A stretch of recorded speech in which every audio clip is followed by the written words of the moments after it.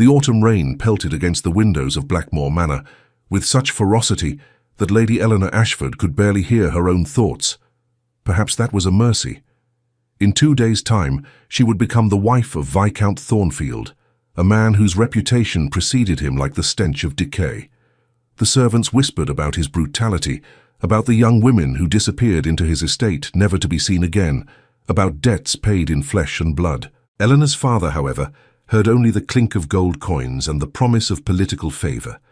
She stood before the mirror in her chamber, watching as her lady's maid, Margaret, fastened the buttons of her mourning dress. It seemed fitting somehow, wearing black on the eve of her wedding preparations. She was mourning herself, the life she would never live, the choices that had been stripped from her before she could even understand what choice meant. "My lady, you're trembling," Margaret said softly, her weathered hands steadying as they worked. The old woman had served the Ashford family for 3 decades, had witnessed Eleanor's birth, had taught her to read when her father deemed it unnecessary for a woman. Now she was bearing witness to Eleanor's sacrifice. The cold, Eleanor lied, though the fire roared in the hearth and the room was stifling. The trembling came from somewhere deeper, from the place where fear and fury tangled together like thorns in her chest. She had tried everything. She had begged her father, appealed to her mother, even attempted to convince her brother to intercede. But Lord Ashford's gambling debts were mountainous, and Viscount Thornfield had offered a solution wrapped in the guise of a marriage proposal. Eleanor was simply the currency her father needed to save himself from ruin. Outside her window, beyond the rain-soaked grounds, she could see the lights of the village flickering in the distance. Ordinary people living ordinary lives, making ordinary choices. She envied them with an intensity that surprised her. A farmer's wife could at least choose her tasks for the day, could walk to market without permission, could speak her mind in the privacy of her home. Eleanor would have none of these freedoms.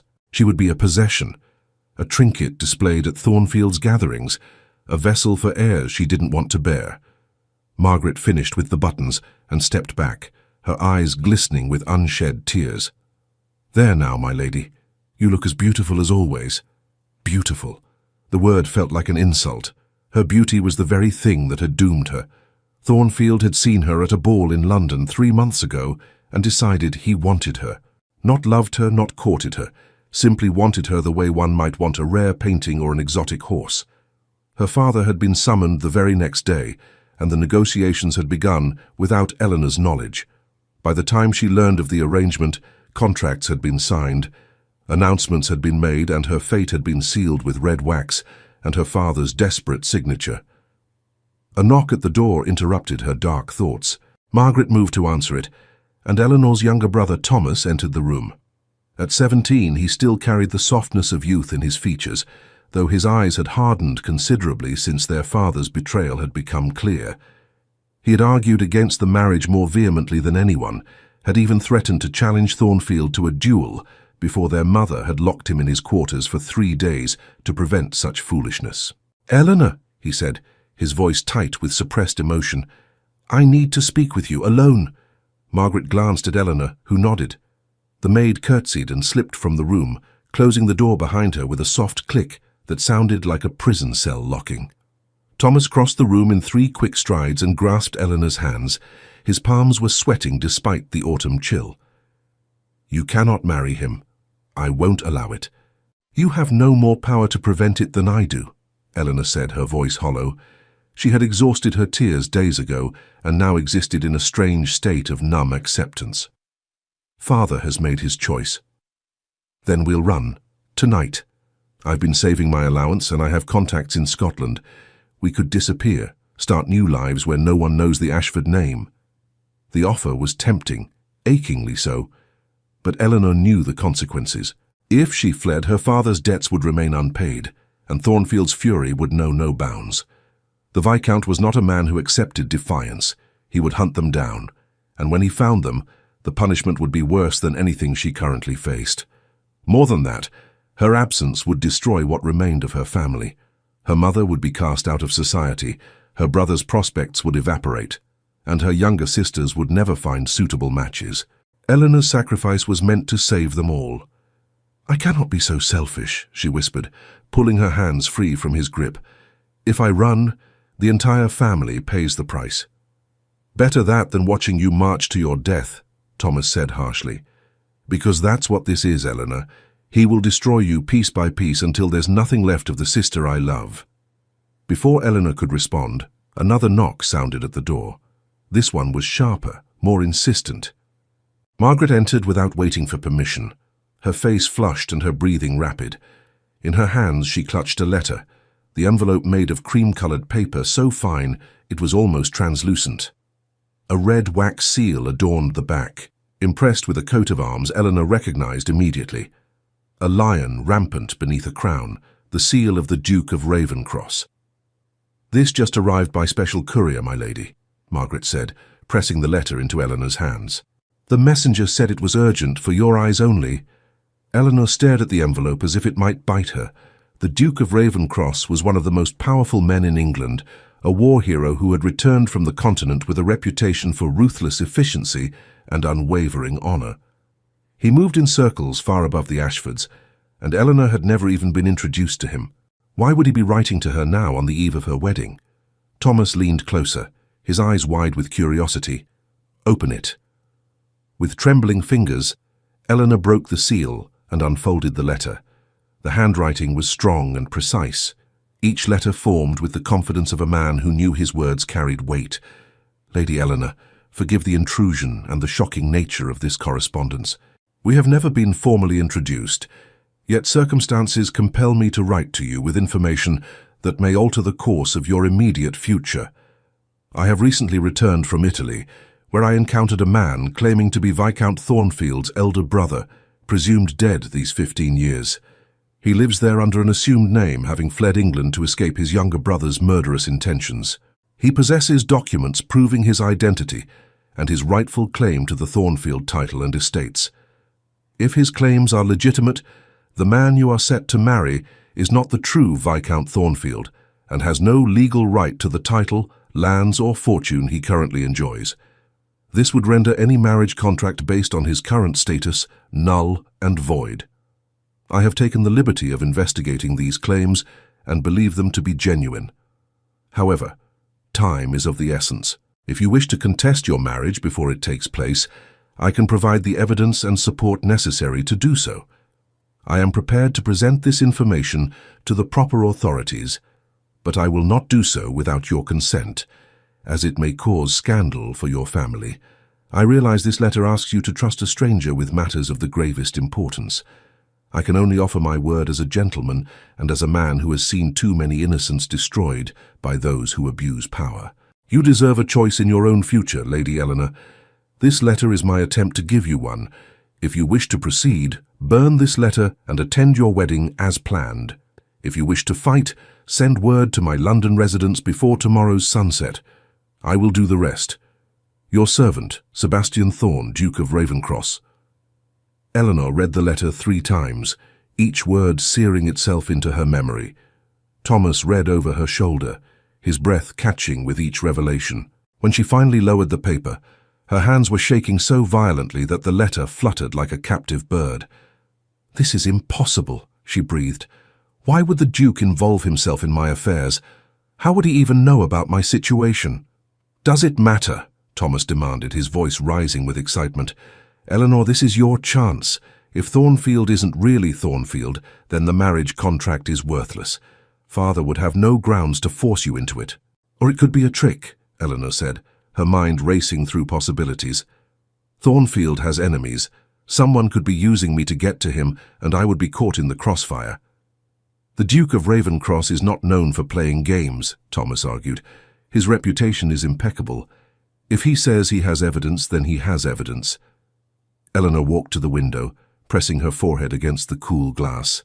The rain had lessened to a steady drizzle, and through the fog she could see the torches of Thornfield's men patrolling the grounds. He had insisted on providing security for the wedding, but Eleanor knew it was really about control. He was making sure she didn't escape, that she remained his prize until the moment she became his property. "If I pursue this, and it fails, Thornfield will make me suffer for it," she said quietly. "His revenge would be terrible, and if you don't pursue it, you'll suffer anyway," Thomas countered. "At least this way you have a chance." Margaret had remained silent during the exchange, but now she stepped forward, her voice soft but firm. "My lady, I've served this family long enough to recognize an opportunity when I see one. The Duke is offering you a way out. Whether you take it or not is your choice, but it is a choice. That alone is more than you had an hour ago." A choice. The word echoed in Eleanor's mind, foreign and powerful. For months she had been told that she had no choices, that her duty was to obey, to accept, to submit. Now a stranger was offering her something she thought she'd lost forever: agency. But with that choice came risk. If she sent word to the Duke and his evidence proved false or insufficient, she would have publicly humiliated Thornfield. The Viscount was not a forgiving man. He would find ways to make her regret her defiance, and those ways would be creative and cruel. Even if the Duke's claims were true, the scandal would taint her family's name. Society whispered about the Ashfords already, gossiped about their financial troubles and their desperate alliance with Thornfield. This would confirm every nasty rumor and add new fuel to the fire. On the other hand, marrying Thornfield was a certainty of suffering. She had heard the stories from too many sources to dismiss them as mere gossip. The servants who had worked at his estate and fled in the night. The young bride from 2 years ago who had died under mysterious circumstances. The gambling debts he paid by selling information to foreign powers. The man was poison, and she was being asked to drink deeply from his cup. "I need to think," Eleanor said, though her heart was already pulling her toward a decision. "Thomas, return to your room before Father notices you're gone. Margaret, please ensure we're not disturbed." Thomas hesitated, clearly wanting to argue further, but he recognized the set of Eleanor's jaw. He had seen that expression before, when she had made up her mind about something and would not be swayed. He squeezed her shoulder gently and left the room, Margaret following to keep watch in the hallway.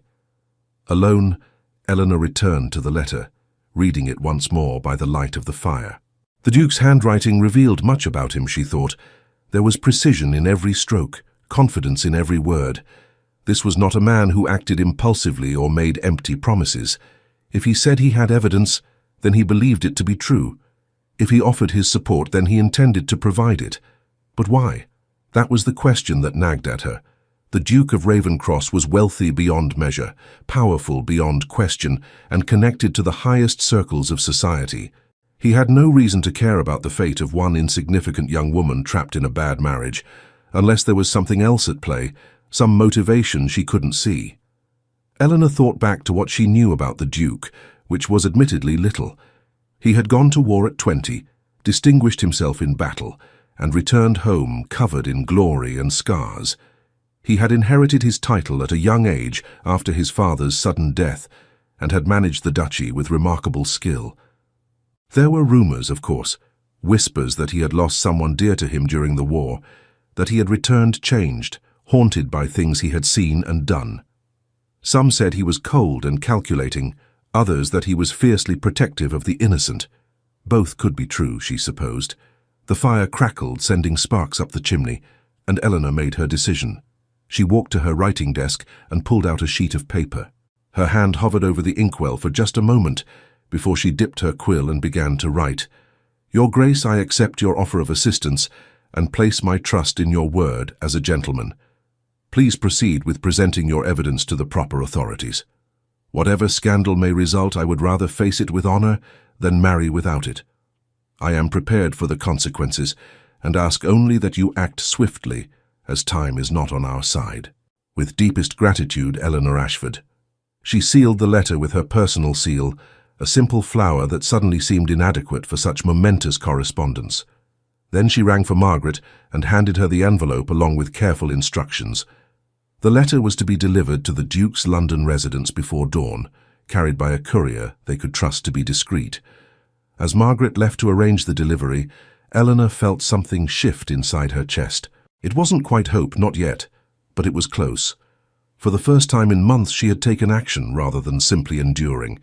She had chosen her own path, even if that path led to ruin. There was power in that choice, a kind of freedom she hadn't expected to feel. The night stretched ahead of her, long and uncertain. Sleep was impossible. Instead, Eleanor sat by the window and watched the rain fall, each drop a tiny rebellion against the earth below. By morning her letter would reach the Duke, by afternoon the wheels would be in motion, and by evening her entire world might be transformed. She thought of Thornfield receiving the news, his face contorting with rage as he learned that his carefully constructed facade was crumbling. She thought of her father's reaction, the panic and blame that would surely follow. She thought of society's whispers growing into shouts, the scandals spreading like wildfire through ballrooms and parlors. But mostly, she thought of the possibility that she might be free. The Duke had called himself her servant in the letter, a curious phrase from a man of his station.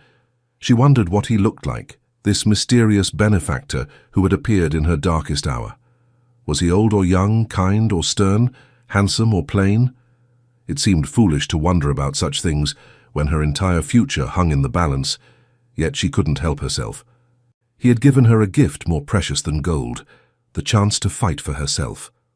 As dawn approached, turning the sky from black to grey to pale gold, Eleanor remained at her window. She had not changed from her morning dress, had not lain down to rest. She was waiting, though for what exactly she couldn't say, a sign perhaps, or simply the courage to face what came next. When Margaret finally returned as the sun broke over the horizon, her face was flushed from the cold morning air. "It's done, my lady. The courier rode out an hour ago. He'll reach London by midday." "Thank you, Margaret," Eleanor said, her voice steady despite the storm of emotions within her. "Whatever happens now, I want you to know that I'm grateful for your loyalty." The old woman's eyes filled with tears, but she blinked them back and curtsied. "It's been my honor to serve you, Lady Eleanor. Your mother would be proud of your courage." The mention of her mother, who had passed 5 years ago, sent a pang through Eleanor's heart. Her mother had been gentle and kind, had tried to shield her children from their father's worst impulses. She had died without knowing that her daughter would one day be sold to a monster. Perhaps that was a blessing. The house began to stir as servants went about their morning tasks. Eleanor could hear her father's voice booming from downstairs, already in a foul mood despite the early hour. He was no doubt reviewing the wedding arrangements, making sure every detail was perfect. The ceremony would take place in the local church, followed by a lavish breakfast at Blackmore Manor. After that, Eleanor would leave with Thornfield for his estate, and her old life would end. Except now there was a chance it wouldn't happen that way. The Duke had set something in motion, something that could change everything. Eleanor just had to wait and see if his evidence was strong enough to break the chains that bound her. The morning passed in a blur. Eleanor's younger sisters, Charlotte and Amelia, came to her room to chatter about the wedding. They were too young to understand the true nature of what was happening, saw only the romance of a grand ceremony and a handsome husband. Eleanor let them talk, grateful for their innocence, even as it pained her. Charlotte was only 15, Amelia 13. In a few years they too would face the marriage market, would learn that their dreams and desires meant nothing compared to their value as commodities. Unless Eleanor could change that. If she could break free from Thornfield, if she could prove that women had the right to choose their own futures, perhaps her sisters would have a better chance.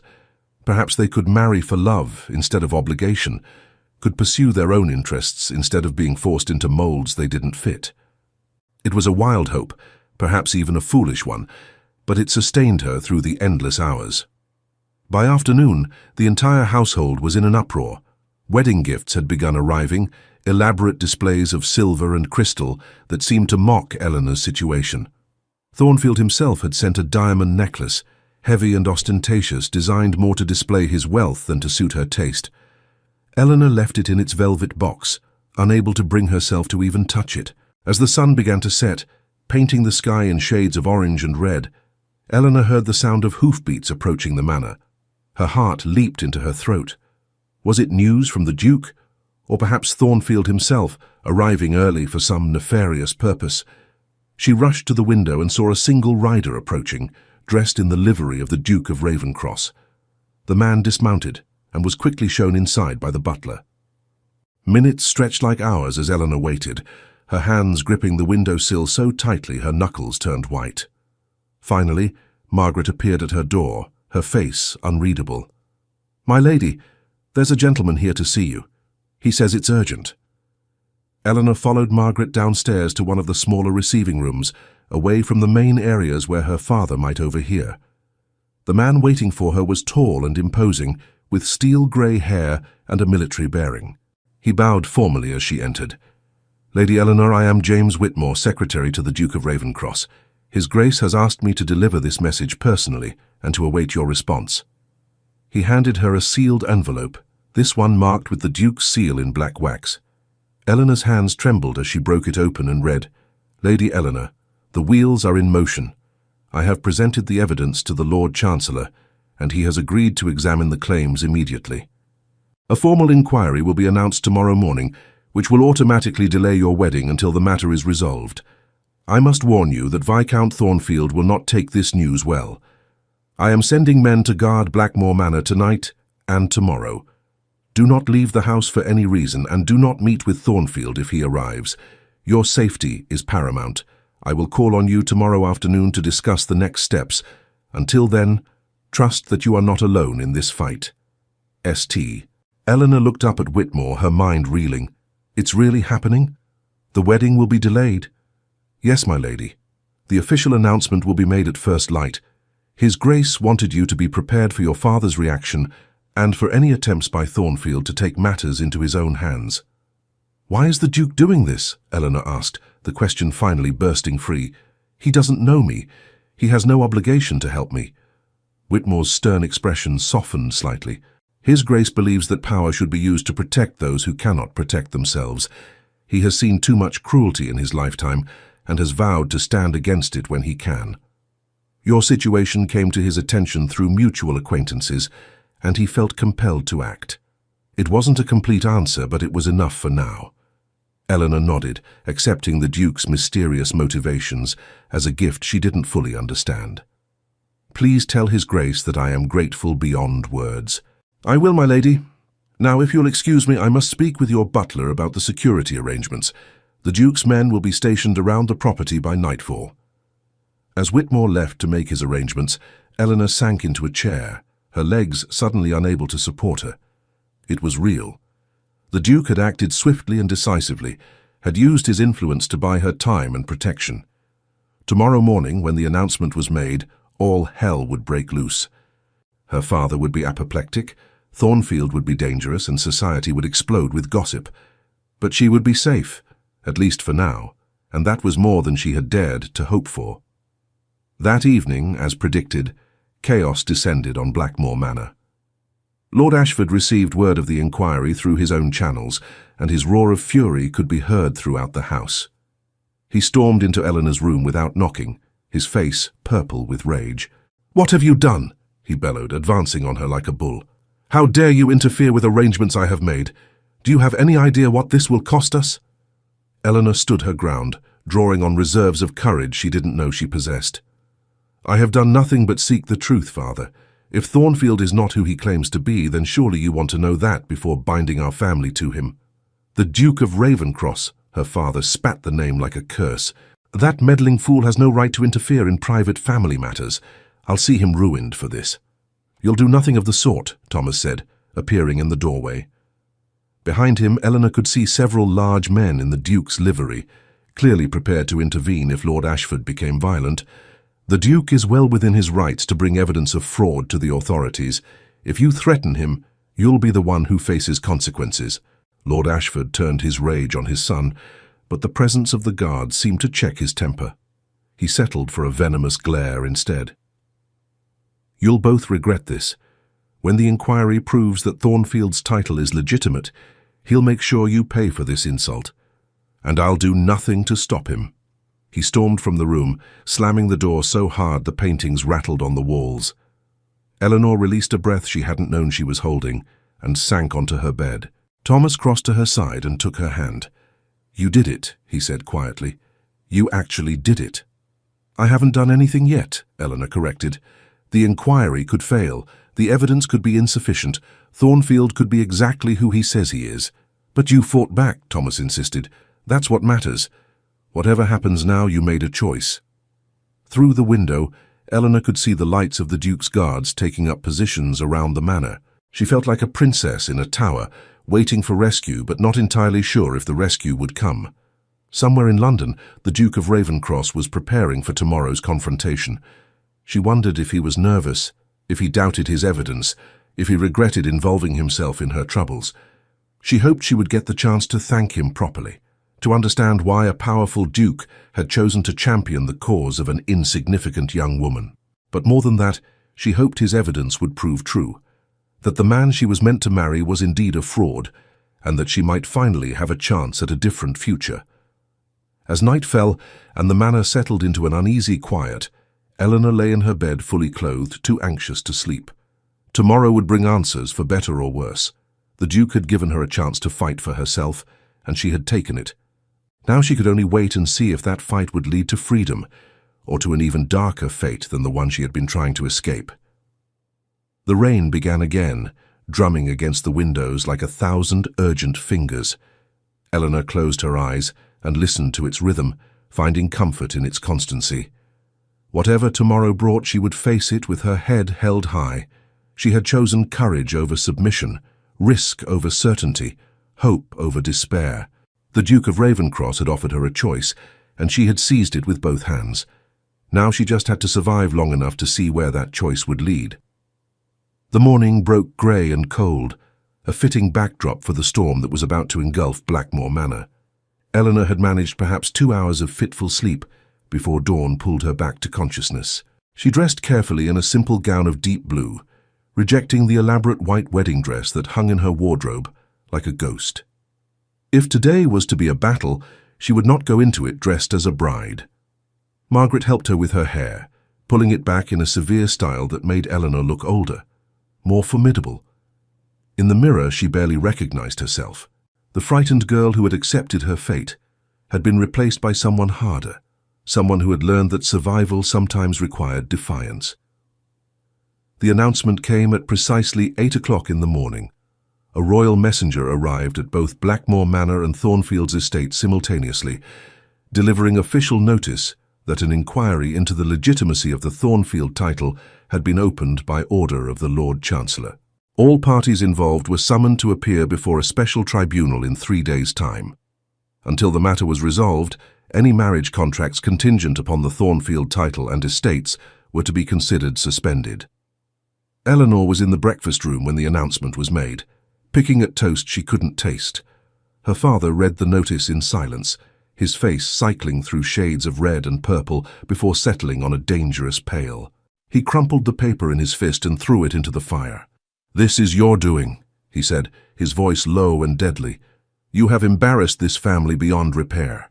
No decent man will want you now, damaged goods tainted by scandal." "If no decent man wants me, then I will remain unmarried," Eleanor replied, surprised by the steadiness of her own voice. "I would rather die alone than marry a man who sees me as property." Her father rose from his chair so violently it toppled backward. For a moment Eleanor thought he might strike her, but Thomas stepped between them, his young face set with determination. "Enough, father. The announcement has been made, and there's nothing any of us can do now but wait for the tribunal's decision. If Thornfield is legitimate, then the marriage can proceed. If he's not, then Eleanor's objections were justified." "Get out of my sight," Lord Ashford snarled, addressing them both. "Both of you, before I forget that you're my children." Eleanor didn't need to be told twice. She fled the breakfast room with Thomas close behind, seeking refuge in the library where her father rarely ventured. Once the door was closed, she allowed herself to tremble, the adrenaline of the confrontation leaving her weak. "He'll come around," Thomas said, though his voice lacked conviction, "once the shock wears off." "No, he won't," Eleanor said. "I've humiliated him in front of society, cost him his solution to his debts, and aligned myself with a duke who has more power than he could ever dream of possessing. He'll never forgive me for that." They spent the morning in the library, both too anxious to focus on reading but grateful for the sanctuary. Outside they could hear servants running back and forth, visitors arriving to gossip about the scandal, and Eleanor's younger sisters being hurriedly ushered away from the drama. The whole household had been thrown into chaos by the announcement, and Eleanor knew she was to blame. Guilt gnawed at her. She hadn't considered how her actions would affect everyone else, had been so focused on her own survival that she hadn't thought about the ripples her defiance would create. Charlotte and Amelia would face whispers and judgment because of her. Her mother's memory would be tainted by the scandal. Even the servants would suffer, as the Ashford family's already precarious social position crumbled further. But what was the alternative? Should she have marched to the altar and sacrificed herself to preserve appearances? Would that have been the nobler choice? No. Eleanor squared her shoulders and pushed the guilt aside. She had a right to fight for herself, even if that fight was messy and uncomfortable for others. Women had been sacrificing themselves for the comfort of men since time immemorial. Perhaps it was time that pattern was broken. At noon, a carriage arrived bearing the Duke of Ravencross's coat of arms. Eleanor's heart leapt into her throat. He had said he would call in the afternoon, but perhaps circumstances had changed. She and Thomas rushed to the window and watched as a footman opened the carriage door. The man who emerged was not what Eleanor had expected. She had imagined the Duke as older, perhaps grey-haired and distinguished like his secretary. Instead, the man who strode up the manor's steps was young, perhaps 30 at most, with dark hair that fell carelessly across his forehead and a face that bore the marks of someone who had seen too much too soon. He was tall and powerfully built, moving with the controlled grace of a soldier. Even from a distance, Eleanor could see the scar that ran from his left temple to his jawline, a souvenir of war that somehow enhanced rather than diminished his appearance. "That's the Duke of Ravencross?" Thomas breathed, clearly impressed. "I thought he'd be older." Eleanor couldn't respond. She was too busy trying to reconcile the man approaching her home with the compassionate words he had written in his letters. He looked formidable, even dangerous, not like someone who concerned himself with the plight of trapped young women. Yet here he was, arriving in broad daylight to face whatever consequences his actions had created. The butler announced the Duke's arrival, and Eleanor's father, despite his fury, could not refuse to receive such an important visitor. Eleanor and Thomas hurried to the formal drawing room, where they found Lord Ashford already waiting, his expression carefully controlled despite the anger that still simmered beneath. When the Duke entered, the room seemed to shrink around him.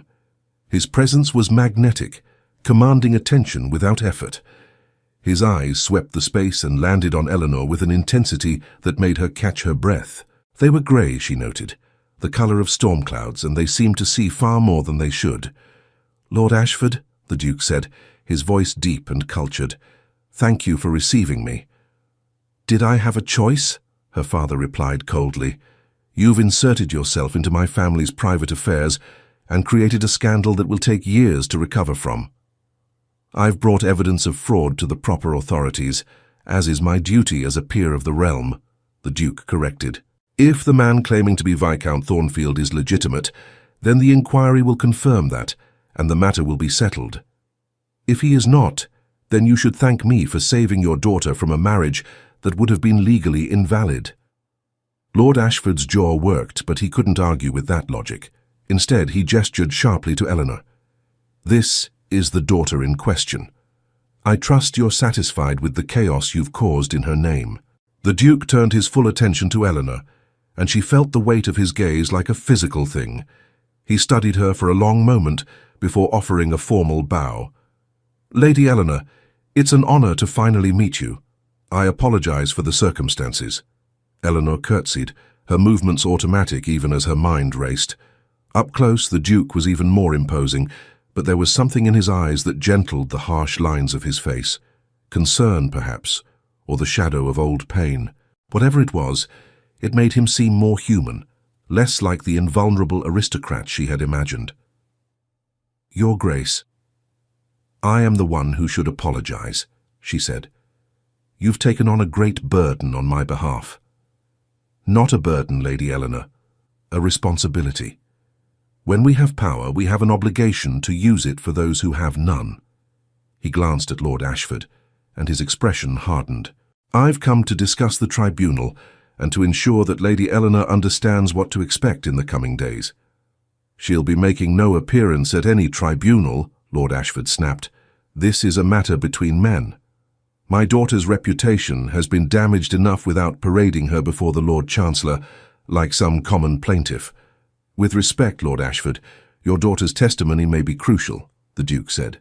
The tribunal will want to understand the circumstances of the marriage contract and whether Lady Eleanor entered into it willingly. Of course she entered into it willingly, Lord Ashford blustered. She's an obedient daughter who understands her duty. Am I? Eleanor heard herself say, the words escaping before she could stop them.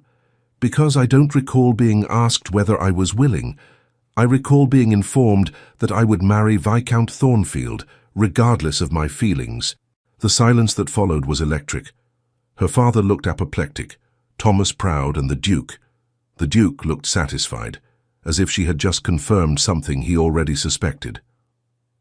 You see, the Duke said quietly, this is precisely why Lady Eleanor's voice must be heard. The law may see her as property to be transferred, but justice requires that we acknowledge her humanity. Lord Ashford rose to his full height, his face contorted with rage. I will not stand here and be lectured about justice by a man who knows nothing of the pressures I face. My debts are real, Your Grace, my obligations are real, and my daughter's marriage to Thornfield was the solution to those problems. You've destroyed that solution without offering any alternative. If Thornfield is a fraud, then he has no fortune to offer you, the Duke pointed out, which means your daughter's sacrifice would have been meaningless anyway. You would have married her off to a man with nothing, and your debts would have remained unpaid. That landed like a blow. Lord Ashford's mouth opened and closed, but no sound emerged. It clearly hadn't occurred to him that if Thornfield's title was false, his wealth might be as well. The Duke had just revealed the fatal flaw in Lord Ashford's plan, and the realization seemed to drain the fight from him. The tribunal meets in 3 days, the Duke continued, his tone becoming more businesslike. I will be presenting evidence that includes baptismal records from the Thornfield family church, testimony from the family solicitor who represented the elder brother, and sworn statements from witnesses who saw that brother alive in Italy. I have also located the man himself, and he has agreed to return to England to claim his rightful title. Eleanor gasped. The real Viscount Thornfield is coming here. Yes, he has lived in exile for 15 years, believing that his younger brother would eventually tire of pretending and confess the truth. When he learned that a marriage was planned, he felt compelled to return to prevent an innocent woman from being legally bound to an impostor. Why did he wait so long? Thomas asked, fascinated despite himself. The Duke's expression darkened. Because his younger brother tried to kill him once before, and he feared returning would mean finishing the job. It was only when I guaranteed his safety that he agreed to face his brother again. The story was remarkable, almost unbelievable. Eleanor struggled to process all the implications. If what the Duke said was true, then the man she had been set to marry was not only cruel, but also a fraud who had stolen his own brother's identity. The marriage would have been invalid, any children illegitimate, and Eleanor would have been trapped in a legal nightmare. What happens if the tribunal rules against Thornfield? She asked. Then his claim to the title is revoked, his estates are transferred to his brother, and any contracts made under false pretenses are nullified, the Duke explained. He would likely face criminal charges for fraud and possibly attempted murder. You would be free, Lady Eleanor, with no legal obligation to marry him or anyone else. Freedom. The word hung in the air like a prayer, but Eleanor had learned to be cautious about hope. And if the tribunal rules in his favor, then I will have been wrong and I will accept the consequences of that, the Duke said. But I don't believe I am wrong. The evidence is compelling, and the real Viscount Thornfield's story is too detailed to be fabricated. Lord Ashford had been listening with growing dismay, and now he spoke up again. Even if you're right, even if Thornfield is a fraud, what am I supposed to do about my debts? They don't disappear just because one solution failed. That is a problem you created through your own poor decisions, the Duke said bluntly, and it is not a problem that should be solved by sacrificing your daughter. There are other options, Lord Ashford. Selling properties, reducing expenses, negotiating with creditors. But forcing a woman into marriage with a brutal man simply because he offered money? That is not a solution. That is cowardice. The insult hung in the air, dangerous and undeniable. Eleanor saw her father's fists clench, saw the fury building in his eyes. But what could he do? The Duke was right, and more importantly, The Duke had the power to make his displeasure felt throughout society. Crossing him would be social suicide. "I think you've said enough, Your Grace," Lord Ashford managed through gritted teeth. "Unless you have further business here, I must ask you to leave." The Duke nodded, accepting the dismissal. But before he turned to go, he addressed Eleanor once more. "Lady Eleanor, my offer of protection stands. If at any time you feel unsafe here or anywhere else, send word to my residence. I will come immediately." "Why?" Eleanor asked, unable to contain the question any longer. "Why do you care so much about what happens to me?" The Duke was silent for a long moment, and something flickered in his eyes that looked almost like pain. "Because I once failed to protect someone who needed my help. I won't make that mistake again." With that cryptic statement, he bowed and left the room, his footsteps echoing in the suddenly quiet space. Eleanor stood frozen, trying to process everything that had just happened. The Duke of Ravencross had just confronted her father in his own home, had insulted him directly, and had essentially declared himself Eleanor's protector. The scandal would be enormous, the gossip relentless. "Well," Thomas said, breaking the silence, "at least we know he's serious about helping you." "Serious about ruining us, you mean?" Lord Ashford snarled. He rounded on Eleanor, his finger jabbing toward her face. "This is your doing. You contacted him, didn't you? You begged for his help like some common beggar." "I accepted help that was offered," Eleanor corrected, "and I'm not sorry for it." Her father's hand rose, and for a terrible moment, Eleanor thought he would strike her. But Thomas stepped between them again, and the presence of the Duke's guards just outside the door seemed to check Lord Ashford's impulse. Instead, he stormed from the room, leaving Eleanor and Thomas alone. "That was terrifying," Eleanor admitted, her legs suddenly weak. She sank into a chair and pressed her hands to her face. "What have I done, Thomas? The Duke just declared war on Father in front of us. The scandal will be everywhere by tonight." "Good," Thomas said fiercely. "Let society gossip. Let them whisper about Father's debts and Thornfield's fraud. At least you're not marrying that monster." "Yet," Eleanor corrected. "The tribunal hasn't ruled. Thornfield might still be legitimate." "Do you really believe that? After everything the Duke said?" Eleanor didn't answer. She wanted to believe that the Duke was right, that salvation was at hand. But she had learned the hard way that hope could be cruel. It was safer to prepare for disappointment than to let herself believe in rescue. The rest of the day passed in a blur of tension. Visitors came and went, each one fishing for information about the scandal. Eleanor's father refused to see anyone, barricading himself in his study with a bottle of brandy. Her younger sisters were kept away from the drama, sequestered in the nursery with their governess. Only Thomas remained by Eleanor's side, a steady presence in the chaos.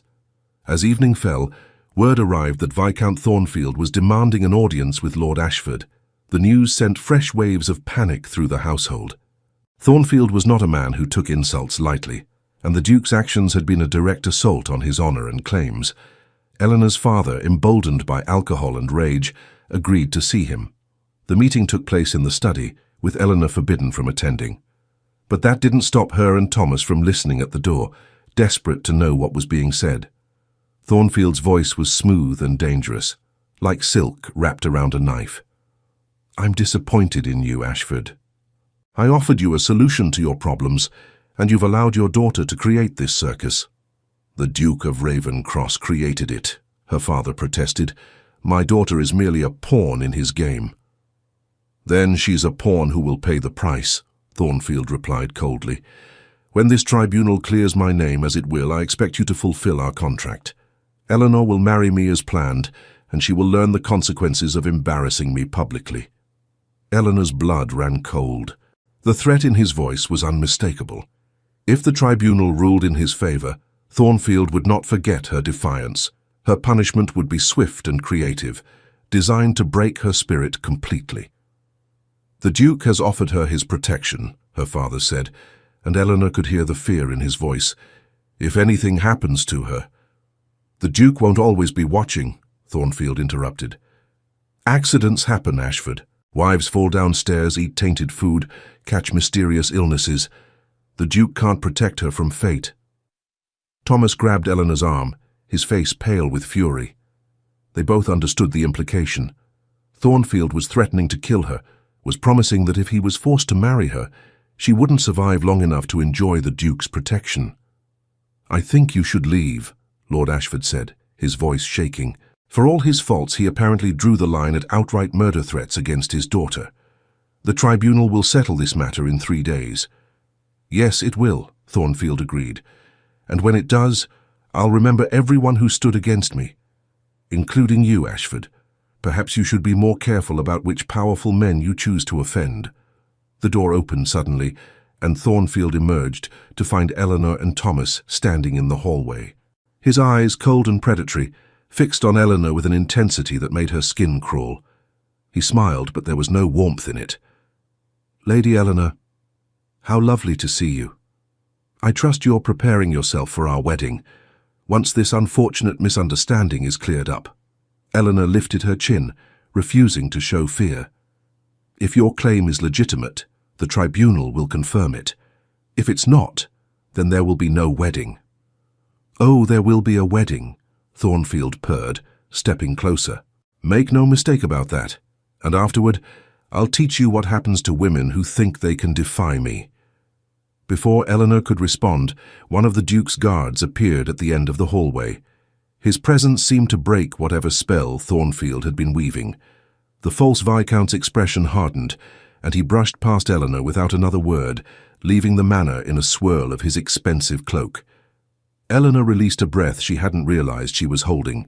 Thomas put his arm around her shoulders, and together they stood in the hallway, processing what had just happened. Thornfield had essentially promised to murder her if they were forced to marry. The threat couldn't have been clearer. "We need to tell the Duke," Thomas said urgently. "Tell him what? That Thornfield threatened me. He won't believe we don't have proof, and even if he did, what could he do? Thornfield hasn't actually done anything illegal yet. He just threatened to kill you," Thomas argued. "No, he spoke in vague terms about accidents that might befall a wife," Eleanor corrected bitterly. "That's not the same as a direct threat. It's clever, really. He's letting me know what to expect without giving anyone grounds to act against him." She was right, and Thomas knew it. Thornfield had been careful in his wording, had couched his threats in language that could be explained away as mere concern for wifely safety. It was maddening, but it was also effective. Even the Duke's protection had limits. He couldn't arrest a man for what he might do in the future. That night, Eleanor barely slept. Every shadow seemed threatening, every sound potentially dangerous. The Duke's guards patrolled the grounds, but she knew they couldn't protect her forever. If the tribunal ruled in Thornfield's favor, she would be married off within days, and after that, no amount of protection would save her. She would be legally bound to a man who had essentially promised to murder her, and there would be nothing anyone could do to stop him. The next 2 days passed in agonizing slowness. Eleanor remained in her room as much as possible, venturing out only for meals, and even then only when accompanied by Thomas or the Duke's guards. The whole manor felt like a prison, with Thornfield's threat hanging over everything like a dark cloud. News from London arrived in fragments. The tribunal had convened and was examining evidence. The real Viscount Thornfield, a man named Edmund Thornfield, had arrived from Italy and was staying under the Duke's protection. The false Viscount, whose real name was Richard Thornfield, had hired expensive lawyers and was fighting the claims vigorously. Society was divided, with some rallying around Richard and others speculating that the Duke's evidence must be strong to prompt such a public inquiry. Eleanor tried to focus on other things, but her mind kept returning to the tribunal. Everything depended on those men in their formal robes, examining documents and hearing testimony. They held her future in their hands, and she had no control over their decision. On the morning of the tribunal's final day, Eleanor woke before dawn. She dressed carefully in a deep green gown that made her look older, more serious. Her father had finally relented and agreed that she should attend the proceedings, though whether that was due to a change of heart or simply bowing to the inevitable, Eleanor couldn't say. The Duke's carriage arrived at precisely 8 o'clock. Eleanor, Thomas, and their father climbed inside, the tension between them so thick it could be cut with a knife. No one spoke during the hour-long journey to London. Lord Ashford stared out the window. Thomas held Eleanor's hand, and Eleanor simply tried to keep breathing. When they arrived at the government building where the tribunal was being held, the scene was chaotic. Crowds had gathered to watch the participants arrive, society's elite and common citizens alike drawn by the spectacle. Eleanor saw reporters with notebooks, society matrons with opera glasses, and even a few street vendors selling meat pies and gossip sheets. Her private tragedy had become public entertainment. The Duke was waiting at the entrance, flanked by his secretary and several other men Eleanor didn't recognize. When he saw her emerge from the carriage, his expression softened slightly. He approached and offered his arm. "Lady Eleanor, thank you for coming. I know this can't be easy." Eleanor took his arm, grateful for the support. Up close, she could see the tension in his jaw, the shadows under his eyes. He had been working tirelessly on her behalf, and it showed. She wondered if he had slept at all in the past 3 days. "Is he here?" she asked quietly. "The real Viscount Thornfield?" "Inside, waiting to testify. He's eager to finally reclaim his identity and his life." The Duke paused, then added, "He wanted me to thank you. If you hadn't reached out for help, he might never have found the courage to return." The irony wasn't lost on Eleanor. Her desperate bid for freedom had given another person the same chance. Whatever happened today, at least something good had come from her defiance. They entered the building together, the Duke keeping Eleanor close to his side. The tribunal chamber was already packed with observers, and Eleanor felt dozens of eyes tracking her progress to the seats reserved for those directly involved in the case. She kept her head high, refusing to show the fear that churned in her stomach. Across the room she saw Richard Thornfield, the man she had almost married. He sat with his lawyers, his expression calm and confident. When his eyes met hers, he smiled slightly, and she saw the promise in that smile. He believed he would win. He believed that in a few hours, she would be his to do with as he pleased. The Duke must have sensed her fear because his hand covered hers briefly, a gesture of reassurance. "Whatever happens, you're not alone," he murmured. "I won't let him hurt you." It was a bold promise, perhaps even a foolish one, but in that moment Eleanor believed him. The Duke of Ravenscross had proven himself to be a man of his word, someone who used his power to protect rather than to oppress. If anyone could keep her safe from Thornfield's vengeance, it was him. The tribunal chair, Lord Justice Pemberton, entered the chamber, and everyone rose. The elderly judge took his seat behind an imposing bench, flanked by 2 other justices, who would help him evaluate the evidence. The room fell silent, every eye fixed on Pemberton as he arranged his papers. "This tribunal has been convened to examine claims regarding the legitimate holder of the title of Viscount Thornfield," he began, his voice carrying easily through the chamber. "We have heard testimony, examined documents, and interviewed witnesses. Today we will hear final arguments and render our decision." Eleanor's heart hammered against her ribs. This was it, the moment that would determine her entire future. She felt the Duke's presence beside her, solid and reassuring, and drew strength from it. Whatever happened next, she had fought for herself. That had to count for something. The proceedings began. Lord Justice Pemberton surveyed the packed chamber with the weary gravity of a man who had presided over countless disputes, but rarely one that gripped the public imagination so completely. He adjusted his spectacles, glanced at the thick bundle of documents before him, and cleared his throat. The murmur of the crowd died at once. "We shall resume the matter of the Thornfield title," he announced. "The tribunal will now hear testimony from Mr. Edmund Thornfield, the individual claiming to be the rightful Viscount Thornfield. Approach the bench." A man rose from the seats near the Duke of Ravenscross and walked forward with measured steps. Eleanor leaned slightly ahead, tension coiling in her chest. She had heard of him for days now, but this was the first time she truly saw him. Edmund Thornfield looked to be in his early 40s, older than Richard by perhaps 10 years. Lines had been carved into his face not only by age but by hardship, fine grooves around his eyes and deeper ones bracketing his mouth. He carried himself with the reserved dignity of an English nobleman, but the sun-darkened tone of his skin and the faint foreign cut of his coat suggested long years abroad. His hair was a shade lighter than Richard's, more brown than black, with a few threads of grey at the temples, and his eyes were a steady hazel, direct and quietly weary. He bowed to the tribunal and placed one hand over the Bible to take the oath. His voice, when he spoke, was low, resonant and controlled. I, Edmund James Thornfield, hereby swear that the testimony I give shall be the truth, the whole truth, and nothing but the truth. Very well, Lord Justice Pemberton said. Mr. Thornfield, for the record, state your family relations as you claim them. I am the firstborn son of the late Henry William Thornfield, Viscount Thornfield, Edmund replied.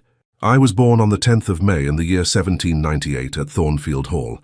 My mother was Lady Beatrice Thornfield, née Sinclair.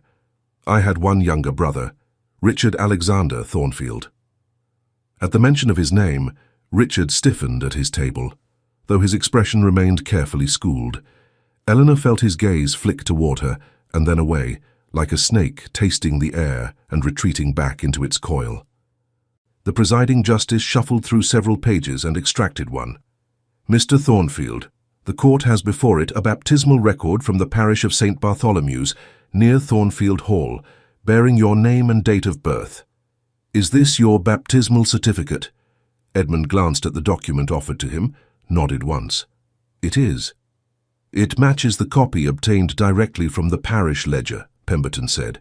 We have also examined records of your father's will and entailed settlements, all of which name you, Edmund James Thornfield, as his heir and successor. Yet 15 years ago, you were declared dead following a supposed accident at sea, and your younger brother assumed the title of Viscount Thornfield. Tell this tribunal in your own words how that came to pass. A hush fell over the room. Even the rustle of skirts and the faint scratch of pens against paper seemed to cease. Eleanor found herself holding her breath. Edmund drew in a slow breath, bracing himself. 15 years ago, he began, I was 27. Our father had died 2 years before. I had inherited the title, but the estates were still recovering from significant debts and mismanagement that had begun in his later years. I was working to stabilize matters, reducing extravagances, selling a portion of unproductive land, and refusing to indulge in the sort of gambling and speculation that had plagued our family for generations. My brother Richard did not share my views. He preferred the life our father had led in his youth, gaming tables, lavish hunts, expensive horses, and constant entertaining. He felt entitled to a level of indulgence the estates could no longer sustain. We argued frequently. I made it clear that as Viscount, I would not endanger our tenants and our name for temporary pleasures. A faint flush crept up Richard's neck, but he said nothing. One of his attorneys scribbled notes furiously. In the autumn of that year, Edmund continued, I arranged to travel to the coast to meet with a shipping agent regarding the sale of a small vessel that had belonged to our father. It was an unnecessary luxury, and I intended to use the funds to pay creditors and to repair cottages on the northern tenant farms. Richard suggested he join me. He was unusually amiable, agreeing with all my plans, praising my prudence. It should have made me suspicious, but I was tired of quarrelling. I accepted his offer. What happened then, Mr. Thornfield? Pemberton prompted. We travelled together to a small port town along the southern coast. The ship was a modest, seaworthy vessel, the Albatross. The plan was to take it for a brief trial along the coast before finalizing the sale. On the morning of our departure, the weather was fair. I recall the sky was clear, the air calm. I boarded with a small crew, men our family had used before on such excursions. Richard came as well. We left harbour just before noon. After an hour at sea, I noticed the crew behaving oddly. They kept exchanging glances, whispering when they thought I was not looking. Richard remained curiously distant, standing at the stern, avoiding conversation. Another hour passed. The wind shifted, stronger, colder. Clouds rolled in, faster than seemed natural. I grew uneasy and approached the captain to suggest we turn back. Edmund's hand tightened subtly on the rail of the witness stand. He told me we would, after another half hour. His voice sounded wrong, forced. I remember turning away, intending to confront Richard, but before I could, something struck the back of my head. I heard nothing but a sudden rush of sound, like the roaring of a waterfall. Then, darkness. A collective shiver passed through the chamber. "When I awoke," he said quietly, "I was in a small boat, alone in the middle of rough seas. The sky was black with storm clouds. My head throbbed. There was blood in my hair. Rain pelted my face. My wrists were bound with rough rope, poorly tied as if done in haste. I never saw the albatross again." The words landed with the weight of an accusation that no one dared yet name aloud. "I managed to free my hands," Edmund went on. "The storm intensified. Waves rose around me like mountains. For hours I fought not to be overturned. At some point I lost consciousness again, convinced I would die. When I finally came to, I was lying on a wooden plank in a dim, unfamiliar room. A foreign tongue echoed around me. Italian. Fishermen had found my boat dashed against the rocks near their village. The albatross had never returned to harbour. The English papers later reported that it had sunk with all souls on board, including myself. No one knew I had been set adrift beforehand. "How did you learn of that?" the justice asked.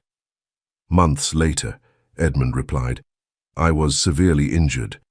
The villagers had little but gave generously. Food, simple medicines, shelter in a small chapel. A local priest spoke some English. He nursed me through fever and infection.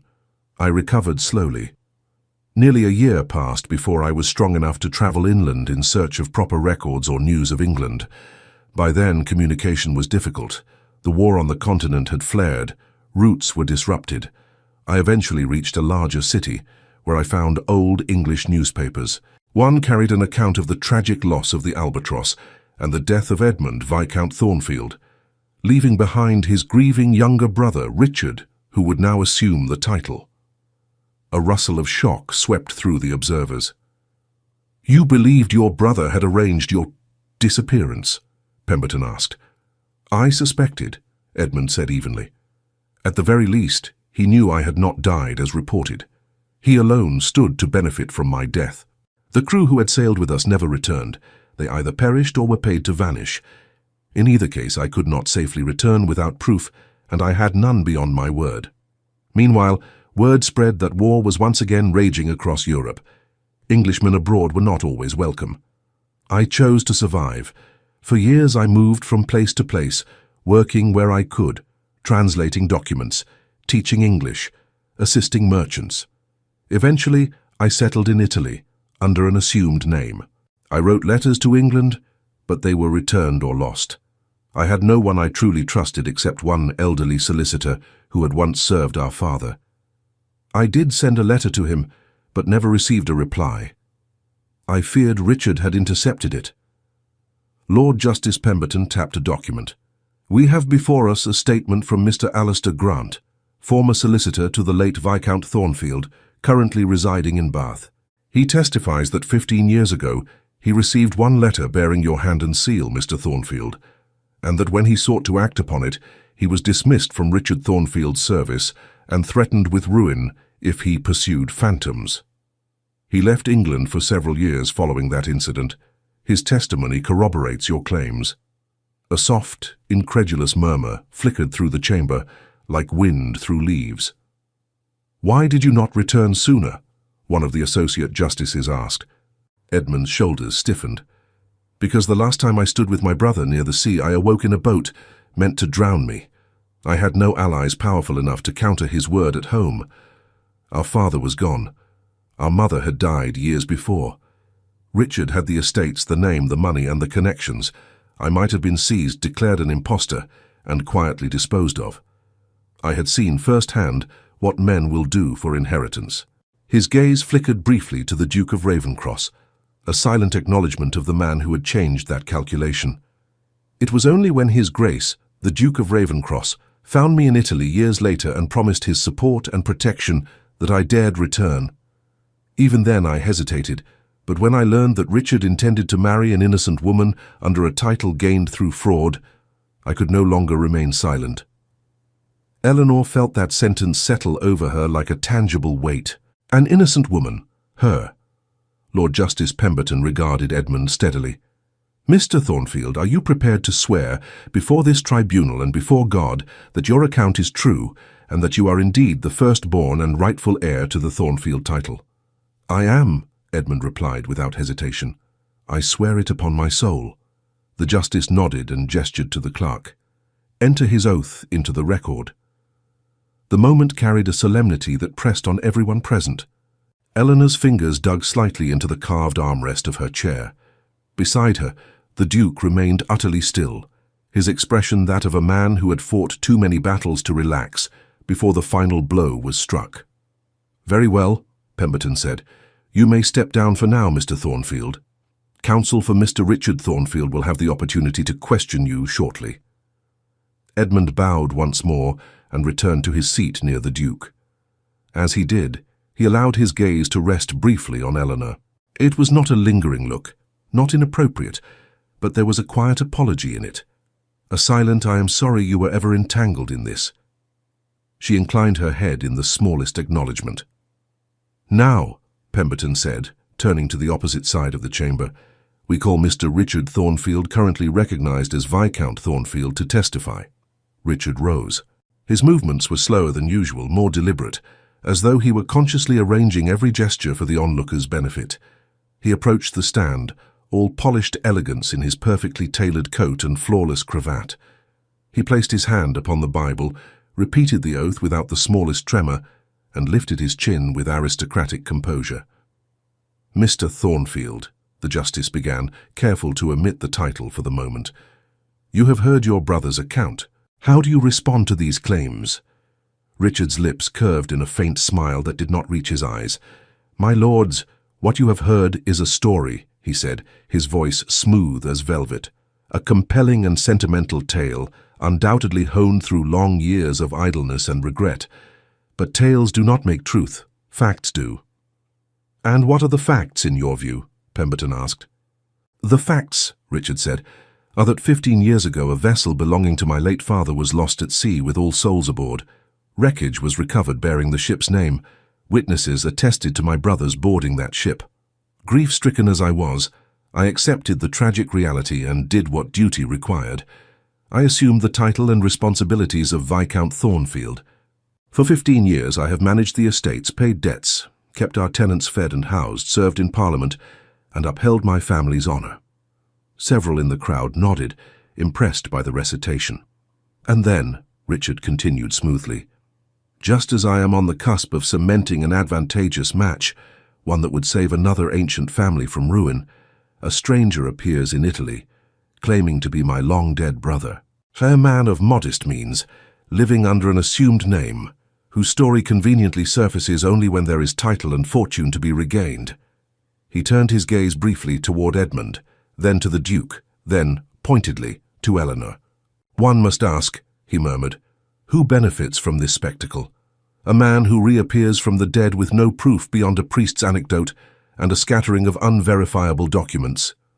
Or a powerful Duke who has never concealed his disdain for me, seizing the opportunity to undermine my position and elevate his own influence? Or perhaps a young lady desperate to avoid a marriage arranged by her father, grasping at an improbable tale as the perfect means to escape her obligations. A sharp sting went through Eleanor at that. The subtle accusation hung in the air like smoke. Several society ladies present leaned toward each other, whispering behind gloved hands. The Duke's jaw tightened, but he remained silent.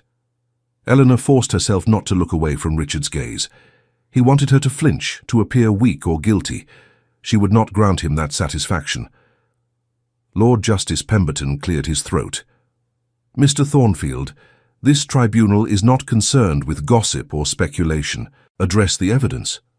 Gladly, my lord, Richard replied with a graceful incline of his head. The so-called baptismal record. Any clever forger with access to old parish books and sufficient coin could arrange it. The will and entails? Copies kept by a worn-out solicitor long since dismissed for incompetence. And as for Mr. Edmund Thornfield standing there so nobly, he gave a small derisive laugh. Have any of you known him these past 15 years? Who can attest that he has not changed his story, adopted another man's name, or been carefully coached?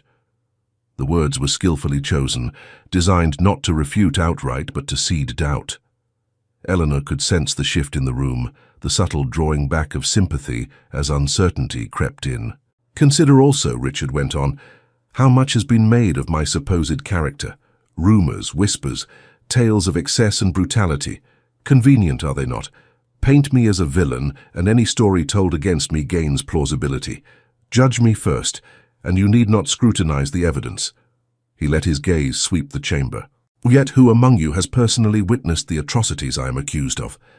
Who here can testify that I have ever been anything other than a gentleman of standing, generous in my entertainments, attentive to my parliamentary duties, punctual in my rents, and faithful in my tithes? Do I gamble? Yes, as many gentlemen do. Do I host lively gatherings? Guilty. But is that a crime? Hardly. The man was good. Too good.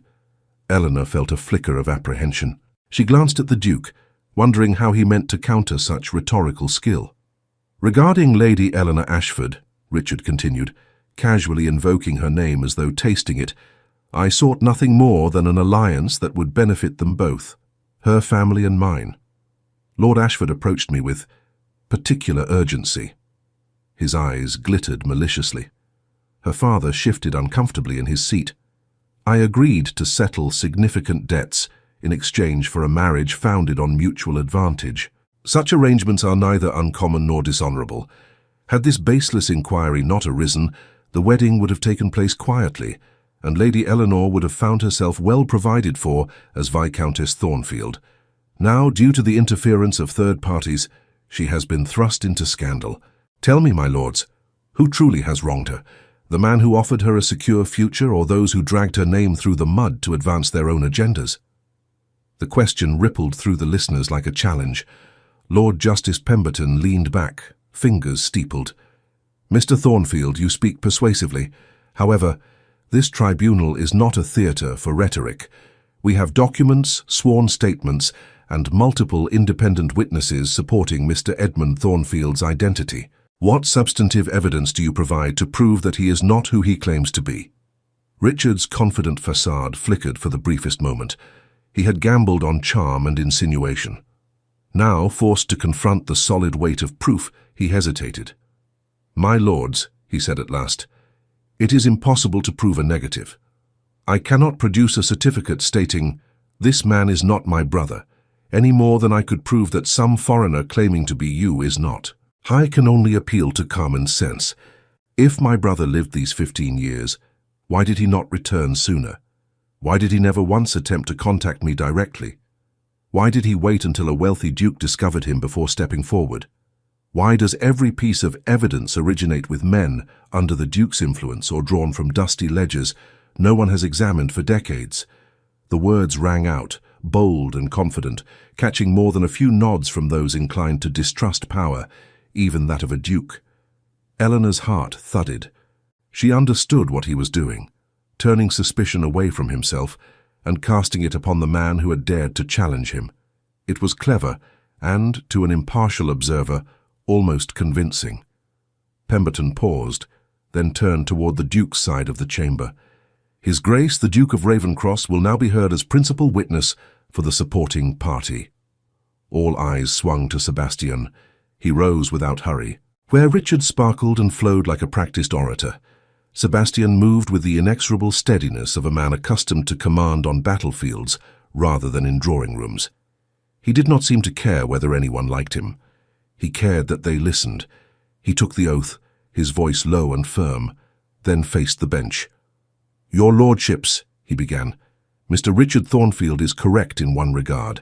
This matter is not about rumor. It is about evidence. So let us speak plainly of what that evidence is." He gestured to the clerk, who produced a small stack of documents and passed them up. "First," Sebastian said, "the baptismal record of Edmund James Thornfield from the parish book of St. Bartholomew's, verified by the current vicar, who is present and has sworn that the entry has not been altered."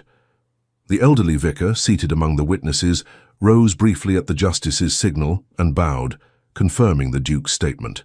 "Second," Sebastian continued, "the original copy of the late Henry Thornfield's will and entail, kept in the strongbox of his longtime solicitor, Mr. Alistair Grant, who is also present and has given sworn testimony that he was dismissed for attempting to act on a letter received from Edmund Thornfield years after his supposed death.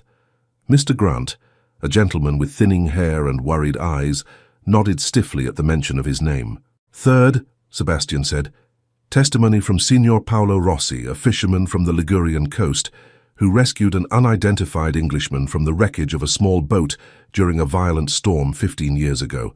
He is here today, speaks some English, and has identified Edmund Thornfield as the man he pulled from the sea. His account matches, in date and circumstance, the loss of the Albatross. The small Italian man stood up at the prompt, cap in hand, dark eyes, anxious but resolute. Even from where she sat, Eleanor could see the calluses on his hands, the visible mark of a life at sea. Fourth, the Duke went on, records from Italian authorities documenting a foreign national registering residence under the name Edward Thorne, arrived from England shortly after the sinking of the Albatross. His physical description matches Edmund Thornfield. The handwriting in those records matches his own, as confirmed by an expert. He paused only long enough for the clerk to place the papers before the justices. And finally, Sebastian said, we have not merely documents, but scars and memory. Edmund Thornfield bears an old wound on the back of his skull, consistent with a blunt force blow sustained around the time of the ship's disappearance. He can describe in detail the interior of Thornfield Hall, including rooms which have since been altered, family artifacts, private childhood incidents only a member of the household would know. I took the liberty of questioning him extensively before agreeing to bring this matter forward. On 3 separate occasions, I asked him for the location of a hidden compartment in his father's study at Thornfield Hall, one which, according to a former steward, was known only to the late Viscount and his heir. Edmund described it accurately, down to the catch concealed in the carved lion's paw on the leg of the writing desk. When that compartment was examined, it contained letters from Henry Thornfield addressed to my beloved son Edmund, along with early drafts of the will that eventually named him heir. Those letters and the desk itself are available for your inspection. A small but visible ripple of impact crossed Pemberton's features. This, Eleanor sensed, was new even to him. A hidden compartment, letters, specific details no outsider could easily learn. It was powerful proof. Richard's mask slipped for one heartbeat. A flash of fury quickly leashed. Your lordships, Sebastian said softly, a man may forge a single document. He may bribe a single witness. He may even invent a story. But he cannot so easily fabricate a life. Its wounds, its memories, its private corners, especially not under repeated skeptical questioning by someone with nothing to gain and much to lose. He let that sink in, then turned his gaze toward Richard, his expression utterly without warmth. Now contrast this with Mr. Richard Thornfield's defense. He offers no evidence beyond his long enjoyment of the title and his word that his brother is dead. He does not address why the only solicitor who received a letter from Edmund was summarily dismissed. He does not explain why he alone survived the wreck of a ship that conveniently removed every other direct witness to his brother's fate. He cannot say how Edmund, if an impostor, acquired intimate knowledge of hidden compartments and private family correspondence. Sebastian's voice remained calm, but beneath that calm ran a current of barely leashed righteous anger. This is not a play, he said quietly. This is not a matter of which man cuts the handsomer figure at a ball or tells the cleverer story. It is a question of truth. And the truth, supported by documents, witnesses, and reason, is that Edmund Thornfield did not die 15 years ago, but was left to die, cast adrift at sea, while his younger brother claimed his name, his title, and his life. The words struck like a hammer blow. Several ladies gasped aloud. One gentleman muttered an oath under his breath. Eleanor felt the skin along her arms prickle. Lord Justice Pemberton glanced toward Richard. Mr. Thornfield, have you anything to say in response to these specific points? The hidden compartment, the letters, the testimony of your former solicitor and the Italian fisherman. Richard's mouth opened, then closed. For the first time, his confidence faltered visibly. he began, then rallied. "I can only say that I do not know how this impostor has obtained such knowledge or forged such evidence. The steward who revealed the secret compartment might have been bribed. The letters could be fabricated. The fisherman—" "Enough," Pemberton cut in, his tone suddenly sharp. "You cast suspicion on everyone except yourself, Mr. Thornfield, while offering nothing but conjecture in your own defense. This tribunal deals in proof, not in convenient I do not knows." A flush of anger crawled up Richard's cheeks. His eyes flickered toward Eleanor again, this time not with charm, but with a flash of venom that turned her stomach cold. "There is one more matter," the justice said, rifling through a smaller packet of papers. "This tribunal has also received statements from servants formerly employed at your estate, men and women who left your service under what they describe as distressing circumstances. Their accounts speak to character and conduct which, while not directly probative of your claim to the title, are relevant when considering credibility." Eleanor stiffened. She had not known this part was coming. Pemberton continued. "Several report patterns of cruelty, intimidation, and what one footman describes as amusements that involved physical torment of those unable to defend themselves. There is mention of a young lady who died under suspicious circumstances while staying under your roof. Another speaks of threats made against any who questioned your word." Gasps and shocked murmurs broke out. Many had whispered such rumors. Now they were finding their way into official proceedings. "These statements have been supplied through the Duke of Ravencross's efforts," Pemberton said, shooting Sebastian a brief, appraising look. "They are sworn and corroborated where possible. Mr. Thornfield, do you deny them?" Richard's eyes blazed. "I deny that they have any bearing on the question at hand. Malcontents and dismissed servants will say anything for coin and revenge. And if my household has ever witnessed temper or discipline, that is hardly unusual among men of my station. As for the young lady," he smiled thinly, "a tragic illness, nothing more." Eleanor clenched her hands together until her nails bit into her palms.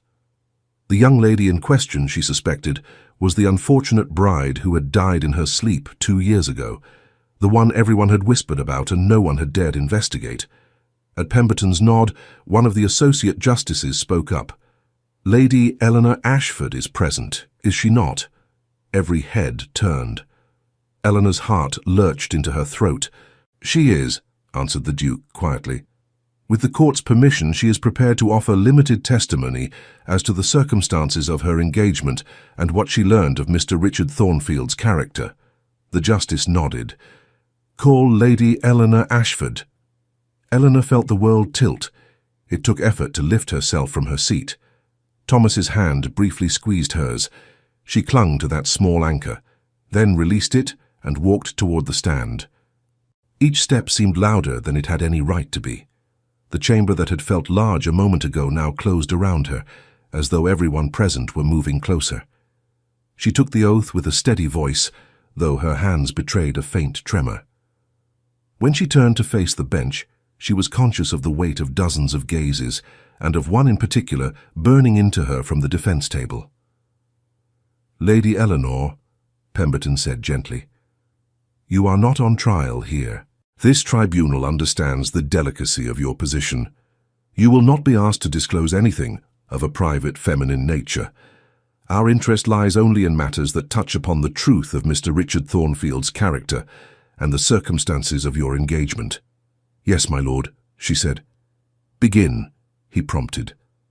Eleanor drew a quiet breath. "My father's financial distress is not a secret, my lord. It has been the subject of whispers for some time. Roughly 3 months ago I was informed, not asked but informed, that I was to marry Viscount Thornfield." She did not look at Richard as she said the title.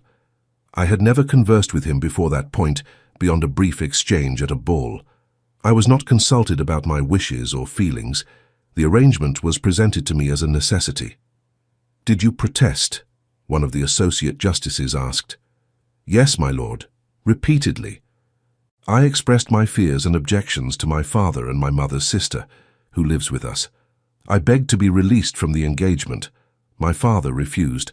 He said Thornfield's offer was the only way to save our family from ruin. When I suggested other options, selling land, reducing our expenses, He dismissed them.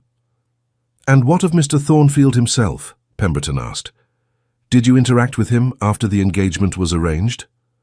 "On a few occasions," she said tightly. "He visited our house to discuss the wedding and inspect the property he intended to add to his holdings. During those visits, I observed certain things." "Speak plainly, Lady Eleanor," the justice encouraged. She forced herself to. "I saw him strike a footman across the face for spilling a glass of wine, not a backhand or a careless blow, a deliberate hard strike that knocked the man to the floor. The footman apologized repeatedly while bleeding from the mouth. Mr. Thornfield laughed and told him to be grateful it was not worse. A faint murmur of outrage stirred the crowd. "On another occasion," Eleanor continued, "I overheard him speaking with my father in the study. They did not know I was near. He said, 'You understand, Ashford, that once she is my wife, she is mine to do with as I please. I don't care if she weeps or begs. I will brook no disobedience.' My father responded that I would learn my place." Her father shifted in his seat, color draining from his face. For a moment Eleanor almost pitied him. Almost. Then she remembered nights spent awake, imagining the future to which he had so willingly sentenced her. "Did Mr. Thornfield ever direct any threats toward you specifically?" Pemberton asked. "Not at first," she said. "He was polite in company, charming. He would bring extravagant gifts, speak graciously to my sisters, flatter my father. But when we were alone, his manner changed. His compliments took on an edge.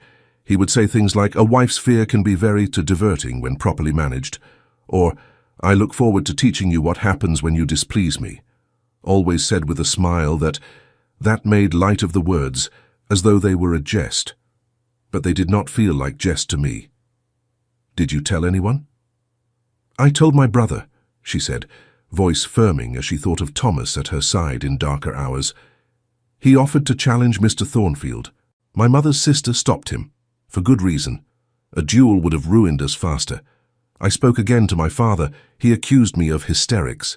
I confided in our long-time maid, Margaret, who believed me but could do little." "And then you were contacted by the Duke of Ravencross," Pemberton said. "Yes, my lord. He sent me a letter explaining that he had discovered evidence suggesting Mr. Thornfield's title was fraudulent. He offered to bring the matter before the authorities, but said he would not act without my consent. He gave me a choice." The word lingered in the air like a fragile thing. "For months, I had been told I had none," she went on. "No choice but to marry, no choice but to accept a future I feared. The Duke's letter was the first time anyone had suggested that my wishes, my safety might matter. I considered the risk, the scandal, the danger if the evidence proved false. But I had already been threatened with a lifetime in the power of a man who took pleasure in cruelty. I decided that facing scandal and uncertainty was better than certainty of abuse." Her throat tightened, but she pushed onward. The women in the gallery hung on every word. Many of the men looked deeply uncomfortable. "So I sent word to the Duke," she finished. "He proceeded as he has described, bringing the evidence to you. Mr. Thornfield visited our house after the inquiry was announced. I heard him tell my father that when the tribunal cleared his name, he would teach me what happened to women who embarrassed him, and that accidents happen. Wives fall downstairs, eat tainted food, catch mysterious illnesses. He spoke of it as hypothetical, almost humorously, but there was no humor in his eyes. A hush descended so intense that the ticking of the great clock on the far wall became sharply audible. Pemberton's face had hardened. "Did anyone else hear these remarks?" "My brother was in the hall with me," Eleanor said. "We both heard them." Thomas rose at that cue, bowing to the bench. "I confirm it, my lord, word for word." Richard's attorney leapt to his feet.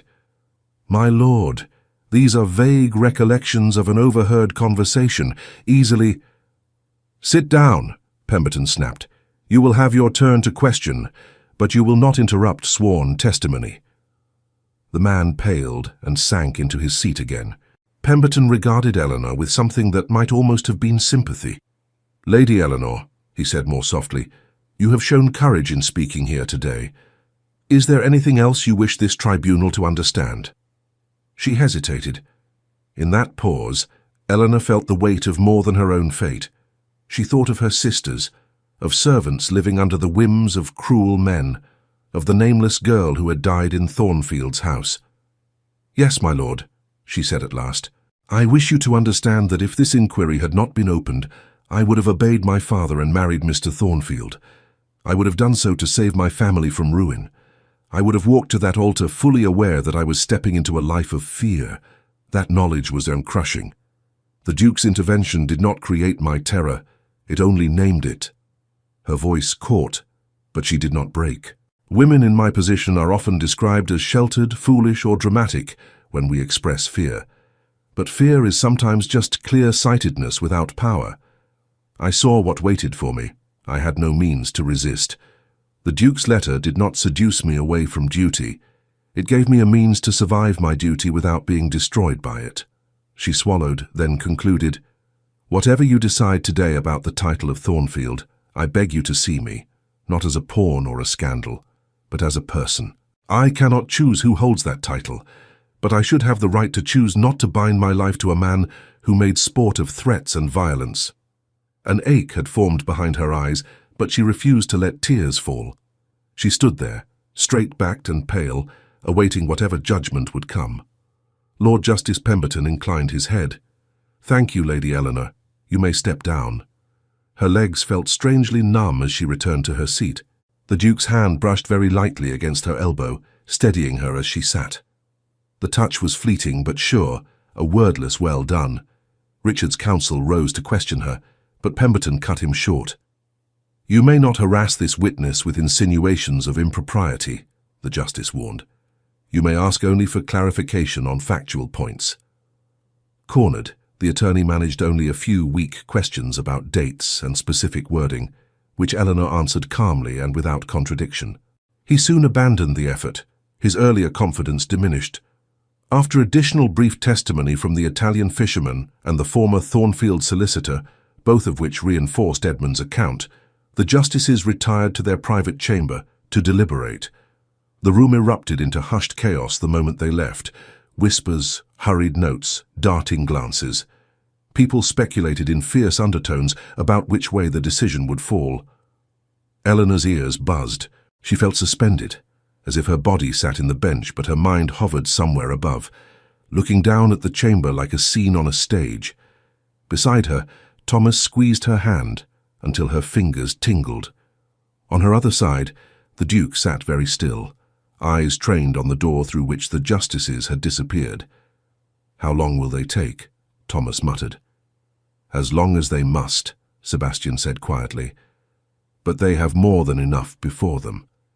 Eleanor dared a glance at him, studying the profile of his face.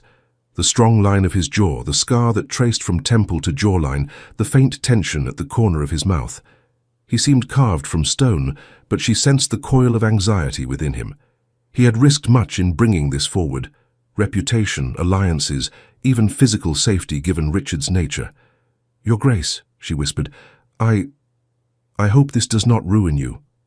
He turned to her, surprise flickering in his gaze, quickly followed by a wry warmth. "If it does, at least I will be ruined for the right reasons." "You speak as if that is a small thing," she murmured.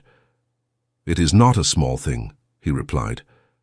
"Perhaps it is the only thing." Their eyes met briefly, an unspoken understanding passing between them. They both knew what it meant to act against the expectations of their station, to spend personal currency, reputation, safety, for something as intangible as principle. The justices were gone for what felt like hours, though in truth it was less than one. Conversation ebbed and flowed. People left to stretch their legs, then hurried back for fear of missing the decision. Reporters craned their necks to see better. Somewhere in the gallery, a woman wept quietly, perhaps out of empathy, perhaps out of some private memory touched by the morning's testimony. At last, the door behind the bench opened. The justices filed back in, faces grave and inscrutable. Everyone surged to their feet. Even Richard, who had spent the interval in tense, whispered consultation with his attorneys, rose and straightened his coat, schooling his expression into one of dignified expectation. Lord Justice Pemberton took his seat and cleared his throat. The entire room seemed to hold its breath. "This tribunal," he began, voice resonant, has carefully examined the evidence and testimony presented regarding the claim to the title and estates of Thornfield. We have considered the legal documents, the corroborating witnesses, and the conduct and credibility of both Edmund and Richard Thornfield." He paused, and the silence sharpened. Eleanor's heart pounded so hard she feared it might burst. "It is the unanimous judgment of this tribunal," Pemberton said, "that Edmund James Thornfield is indeed the firstborn son and lawful heir of the late Henry William Thornfield, and thus the rightful holder of the title of Viscount Thornfield." A wave of sound crashed through the chamber, gasps, exclamations, cries of disbelief and triumph. Eleanor's knees went weak. Thomas exhaled a pent-up shout of joy before clapping a hand over his own mouth. Pemberton's voice cut through the uproar. "Furthermore, it is the judgment of this tribunal that Richard Alexander Thornfield wrongfully assumed that title upon his brother's presumed death, and has, for 15 years, enjoyed the benefits and authority thereof without legal right." Richard's face turned ashen. He gripped the edge of his table so hard his knuckles whitened. "Effective immediately," Pemberton continued, "Richard Alexander Thornfield is stripped of the title of Viscount Thornfield and of all associated privileges. The estates and entailed properties of Thornfield are to be restored to Edmund James Thornfield, pending the formalities of legal transfer. Any contracts or agreements predicated on Richard Alexander Thornfield's claim to that title, including but not limited to marriage settlements, are hereby declared null and void." The words rang in Eleanor's ears like church bells at dawn. Null and void, two simple words that changed everything. Her engagement, all the terror, the looming dread, the wedding dress hanging like a shroud in her wardrobe, erased in a single stroke of legal authority. The future that had seemed an iron chain wrapped around her throat dissolved like mist in the sun. "In light of testimony suggesting intentional harm," Pemberton added, and his eyes hardened as they settled upon Richard, "this tribunal also recommends that the Crown's prosecutors review the circumstances surrounding the loss of the vessel Albatross and the presumed death of Edmund James Thornfield for potential criminal charges. While it is beyond the scope of this proceeding to convict, the evidence of a deliberate attempt upon a man's life is too grave to ignore." That last blow visibly staggered Richard. For an instant all masks dropped. Naked hatred blazed from his eyes, directed at Edmund, at the Duke, at Eleanor. She shrank back instinctively. The look promised retribution, raw and unrestrained. The Duke noticed. His hand settled lightly but unmistakably over hers on the bench, a small barrier between her and that venomous stare. "Order," Pemberton commanded. "This tribunal is adjourned." The gavel fell. The chamber exploded into noise. Reporters surged to their feet, scribbling furiously. Society matrons clutched at their pearls. Young ladies whispered excitedly of scandal and redemption. Some people craned their necks to get a better view of Edmund, the returned heir. Others stared openly at Eleanor and the Duke, hungry for clues to whatever story they would later tell. Eleanor's mind spun. She had expected to feel only elation, only relief. Instead, a dizzying mixture flooded her. Disbelief, gratitude so sharp it hurt, a delayed wave of terror at what might have been, and a strange, trembling sense of possibility. Thomas turned to her, eyes shining. "You're free," he whispered, voice thick. "Ellie, you're actually free." She let out a shaky breath that turned into something almost like a laugh. It sounded foreign to her ears, too light for all that had just passed, but it was real. "Yes," she said. "Yes, I am." Then, as if pulled by an invisible thread, her gaze found the Duke's. He had risen to exchange a few brief words with Edmund, but now he turned back to her, his expression unguardedly warm for the first time since she had known him. "It is done," he said simply. "You did this," she replied, the words almost a whisper. "No," he said, shaking his head. "You did when you chose to fight. I merely stood where I ought to have stood all along."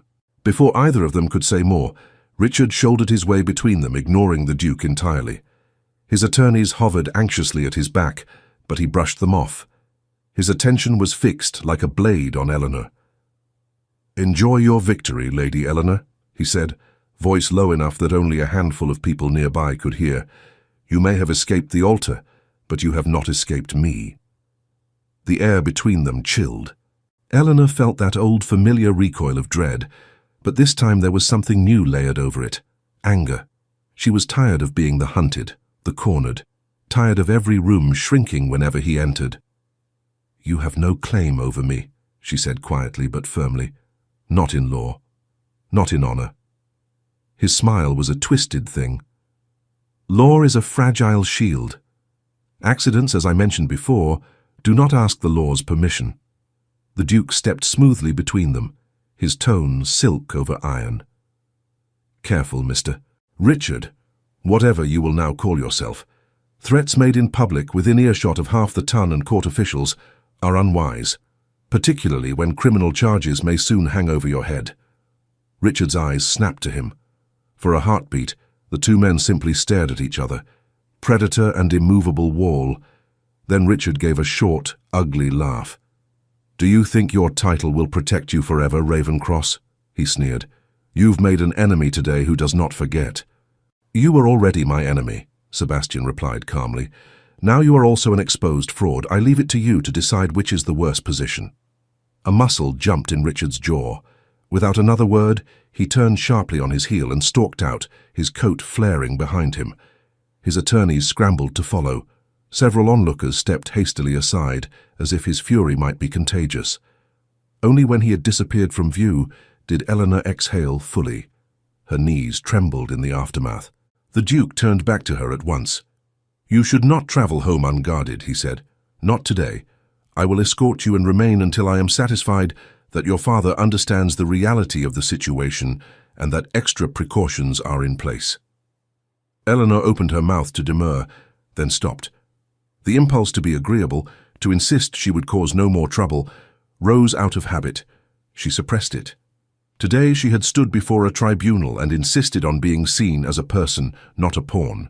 It would be a poor beginning to her freedom to slip back into docility now. "Yes," she said instead. "Thank you. I would welcome your company." His eyes flickered with something like relief. "Good." Edmund Thornfield approached just then, escorted by his solicitor. Up close, the resemblance between him and Richard was unmistakable in the line of cheek and brow, though softened by a greater gentleness. "Lady Eleanor," he said, bowing deeply, "we have not been properly introduced. It grieves me that the first true act of my return was to drag you through public turmoil. You have my profound apologies for what my brother would have done, and for my delay in preventing it." "Your arrival saved me," Eleanor replied, meeting his gaze steadily. "If you must apologize, then so must I for the years you spent in exile while England believed you dead. But blame belongs only to the man who put you in that boat." Edmund's eyes darkened briefly, then lightened as he looked between her and the Duke. "Ravencross speaks of your courage," he said. "I see now he did not exaggerate. Few would have risked such scandal, and fewer still would have spoken as plainly as you did today." Eleanor flushed faintly, uncertain how to receive such open praise.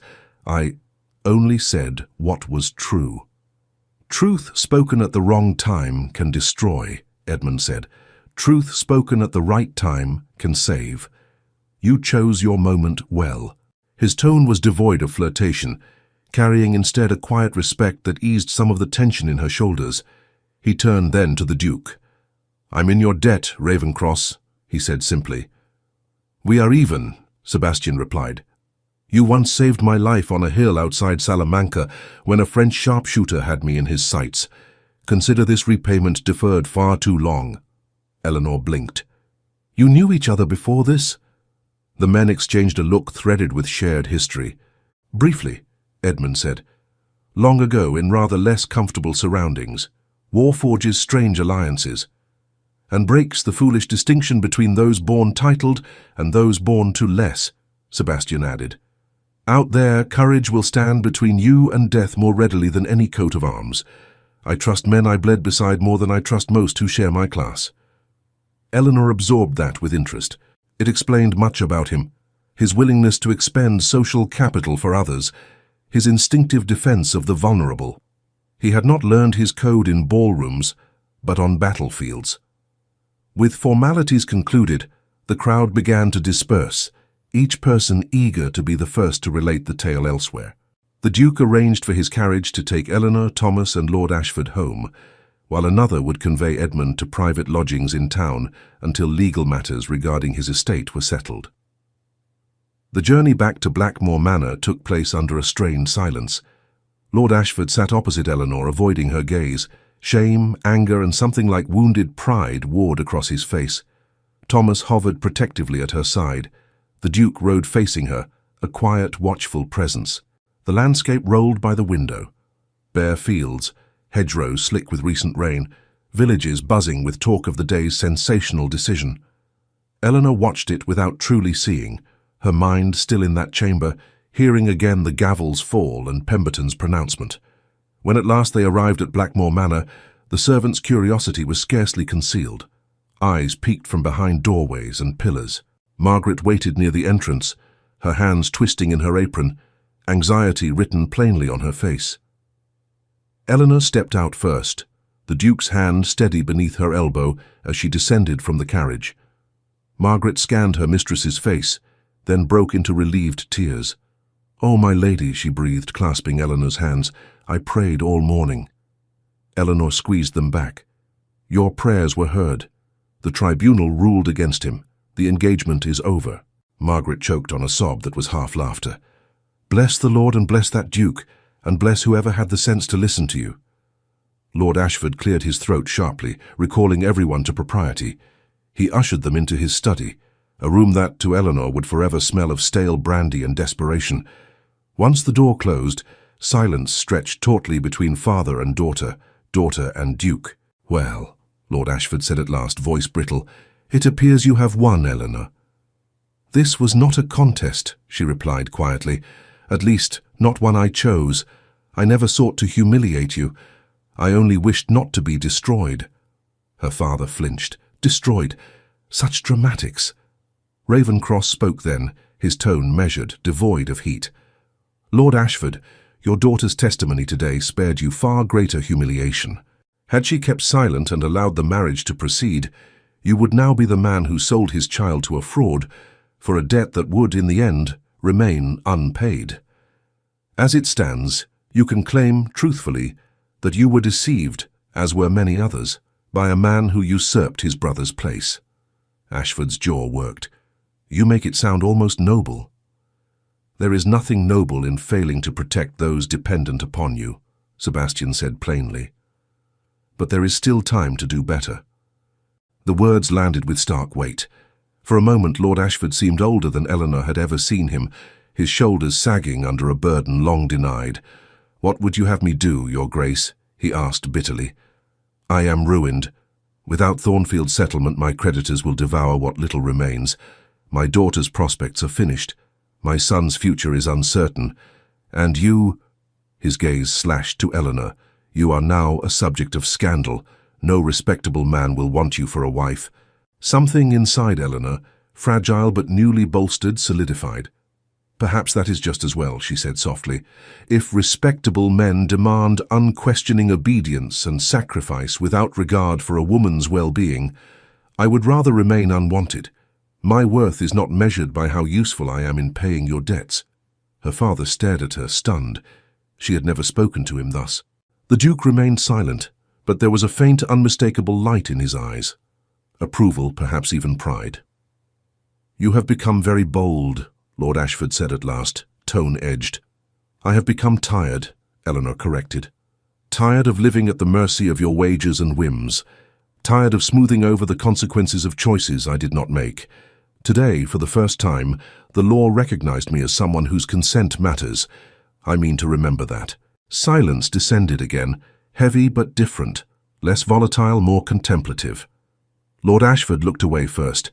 His gaze landed on the ledgers piled on his desk, the visible tombstones of his misjudgments. "What will you do, then?" he asked the Duke, a note of grudging practicality entering his voice. "I assume you did not go to such lengths merely to leave her here, an unmarried daughter in a sinking house." Sebastian's eyes flickered briefly to Eleanor, then back to Ashford. "First, I will arrange for a discreet but capable steward to examine your estates. There may yet be ways to mitigate your situation, sales that can be made without destroying livelihoods, economies that will not leave your servants destitute. You have mismanaged. That can to some degree be corrected. Lord Ashford bristled. And why would you involve yourself in my finances? Because your ruin would drag down more than just your own house, Sebastian said evenly. It would affect tenants, tradesmen, neighboring lands. Stability matters. And because, his gaze hardened, your ruin would otherwise tempt you, perhaps again, to solve your failures on the backs of your daughters. Ashford flinched. Eleanor almost felt sorry for him. Almost. And as for Lady Eleanor, the Duke continued, turning fully toward her now, I intend to extend an invitation, temporary at first. Her breath caught. An invitation?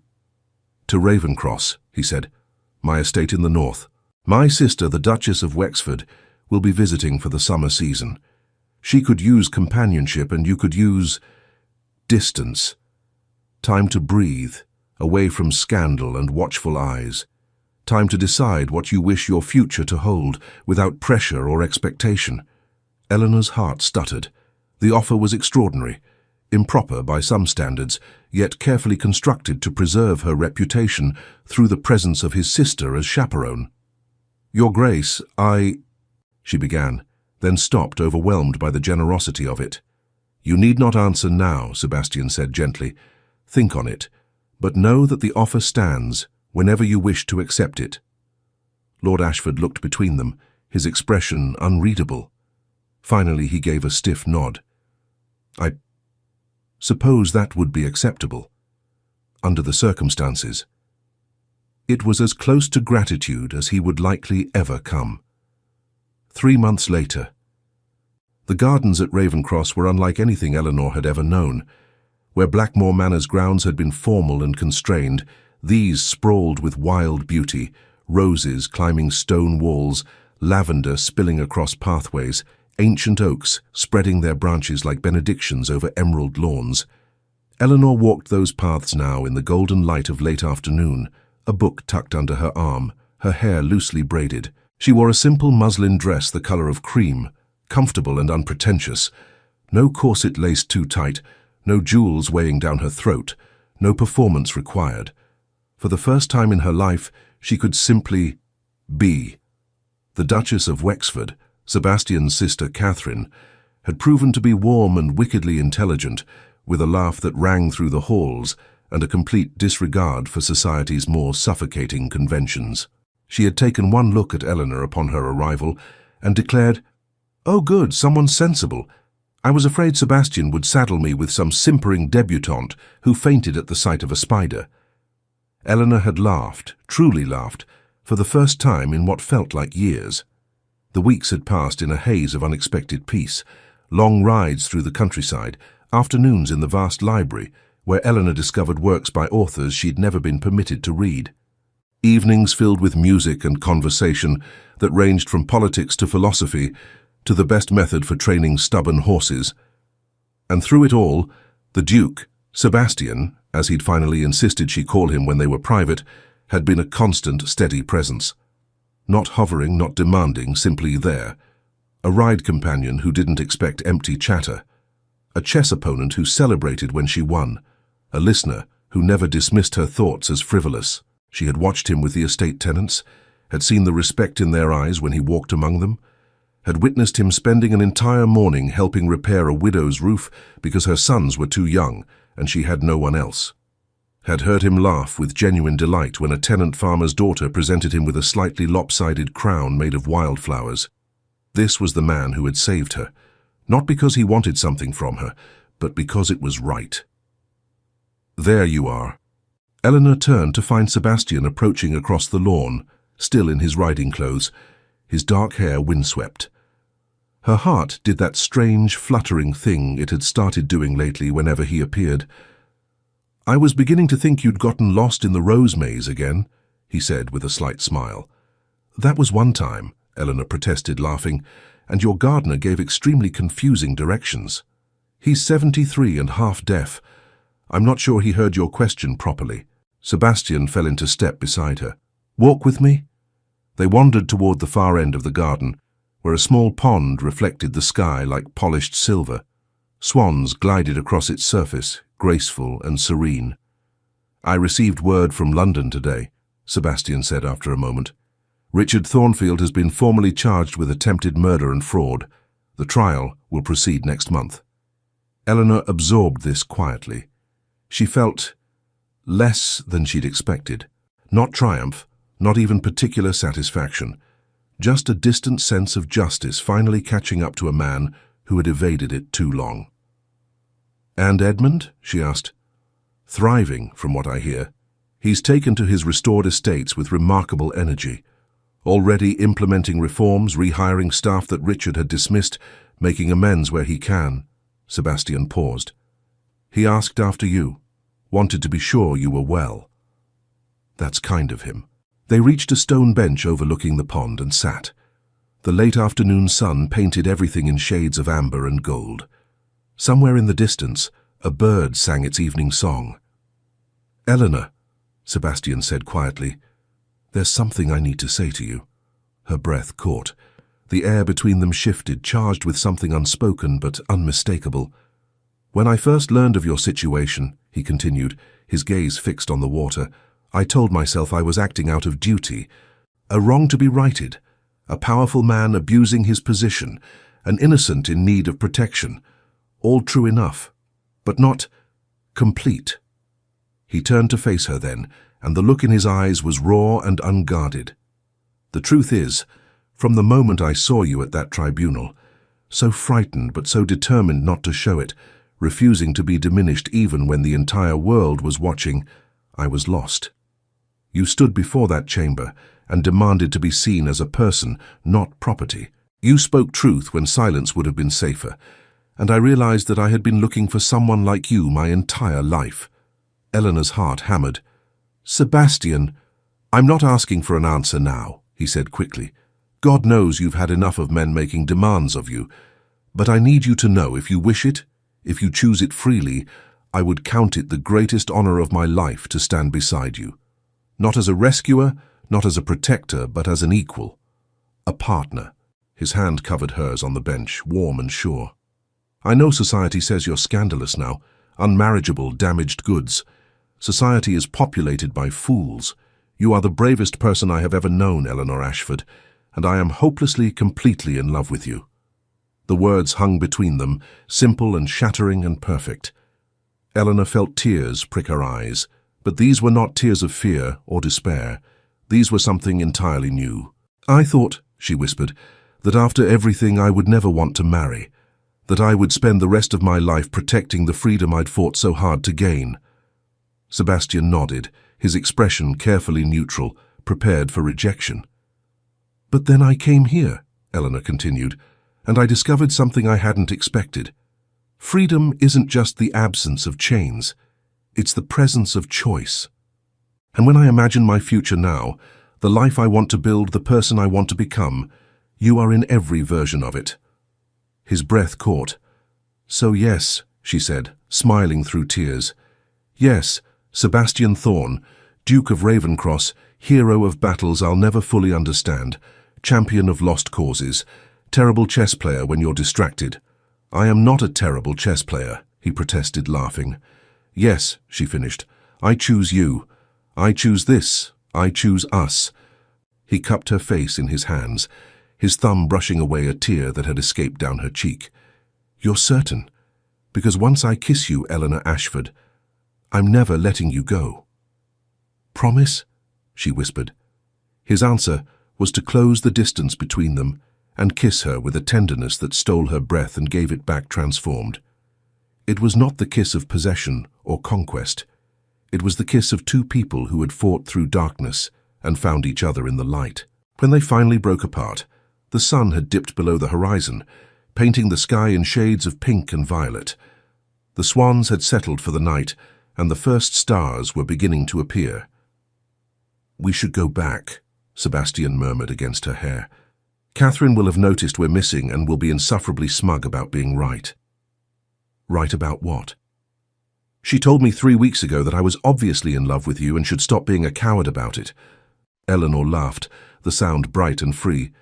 "Your sister is very wise." Annoyingly so. They walked back toward the house hand in hand, two people who had found in each other not rescue, but recognition, not dependency, but partnership, not an ending to their stories, but a beginning. Behind them, the garden settled into twilight, beautiful and wild and free. Epilogue.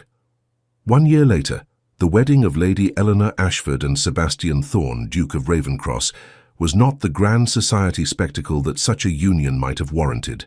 Instead, it took place in the small chapel at Ravenscross, attended by family, close friends, and a surprising number of tenants who had come to love their Duke's remarkable bride. Eleanor wore a gown of ivory silk, simple and elegant, with wildflowers woven through her hair. Thomas stood beside her, proud and protective. Her younger sisters, no longer confined by their father's desperation, chatted excitedly about the wedding breakfast. Even Lord Ashford had come, humbled by the Duke's patient intervention in his finances and by the daughter he had so badly underestimated. He would never be warm, but he had learned, slowly, painfully, that his children were not currency to be spent. Edmund Thornfield attended as well, restored to his rightful place and finding in that restoration a kind of peace. He had taken to visiting Ravenscross occasionally, drawn by friendship with Sebastian and a quiet admiration for Eleanor's courage. As Eleanor walked down the aisle toward the man who had given her back her life and then offered to share his own, she felt no fear, no dread, no sense of being trapped or traded or diminished. She felt only joy and the fierce, bright certainty that she was exactly where she belonged. When Sebastian took her hand and spoke his vows, his voice was steady and sure. When she replied with her own, she meant every word with her entire heart. And when the vicar pronounced them husband and wife, the chapel erupted in applause and cheers that echoed through the rafters and out into the summer air. They were married, they were free, they were chosen. And their story, not one written for them by duty or desperation, was only just beginning. From the narrator to you, dear listeners. And so we close this chapter of Eleanor and Sebastian's tale, a story of courage in the face of cruelty, of love that honored rather than owned, of choices made freely and futures claimed boldly. If this story moved you, if it made your heart race or brought tears to your eyes or reminded you that even in our darkest moments we have more power than we know, please take just a moment to share that with us. Subscribe to our channel so you never miss another tale of love, redemption, and the kind of romance that changes everything. Leave a comment below telling us what you loved most. Was it Eleanor's bravery, Sebastian's steadfast protection, the moment when justice finally prevailed? We read every single comment and treasure hearing from you. Give this video a like if these stories matter to you. If you believe in heroines who refuse to be victims, and heroes who know that true strength means using power to protect, not to control. Your likes tell us to keep bringing you these stories. And don't forget to hit that notification bell so you'll be the first to know when we release our next epic romance. Because there are so many more stories to tell, tales of forbidden love, second chances, and the kind of passion that defies every obstacle. Thank you from the bottom of our hearts for listening. Until next time, dear friends, may you always choose courage, always demand to be seen, and always, always believe that you deserve a love story worthy of you.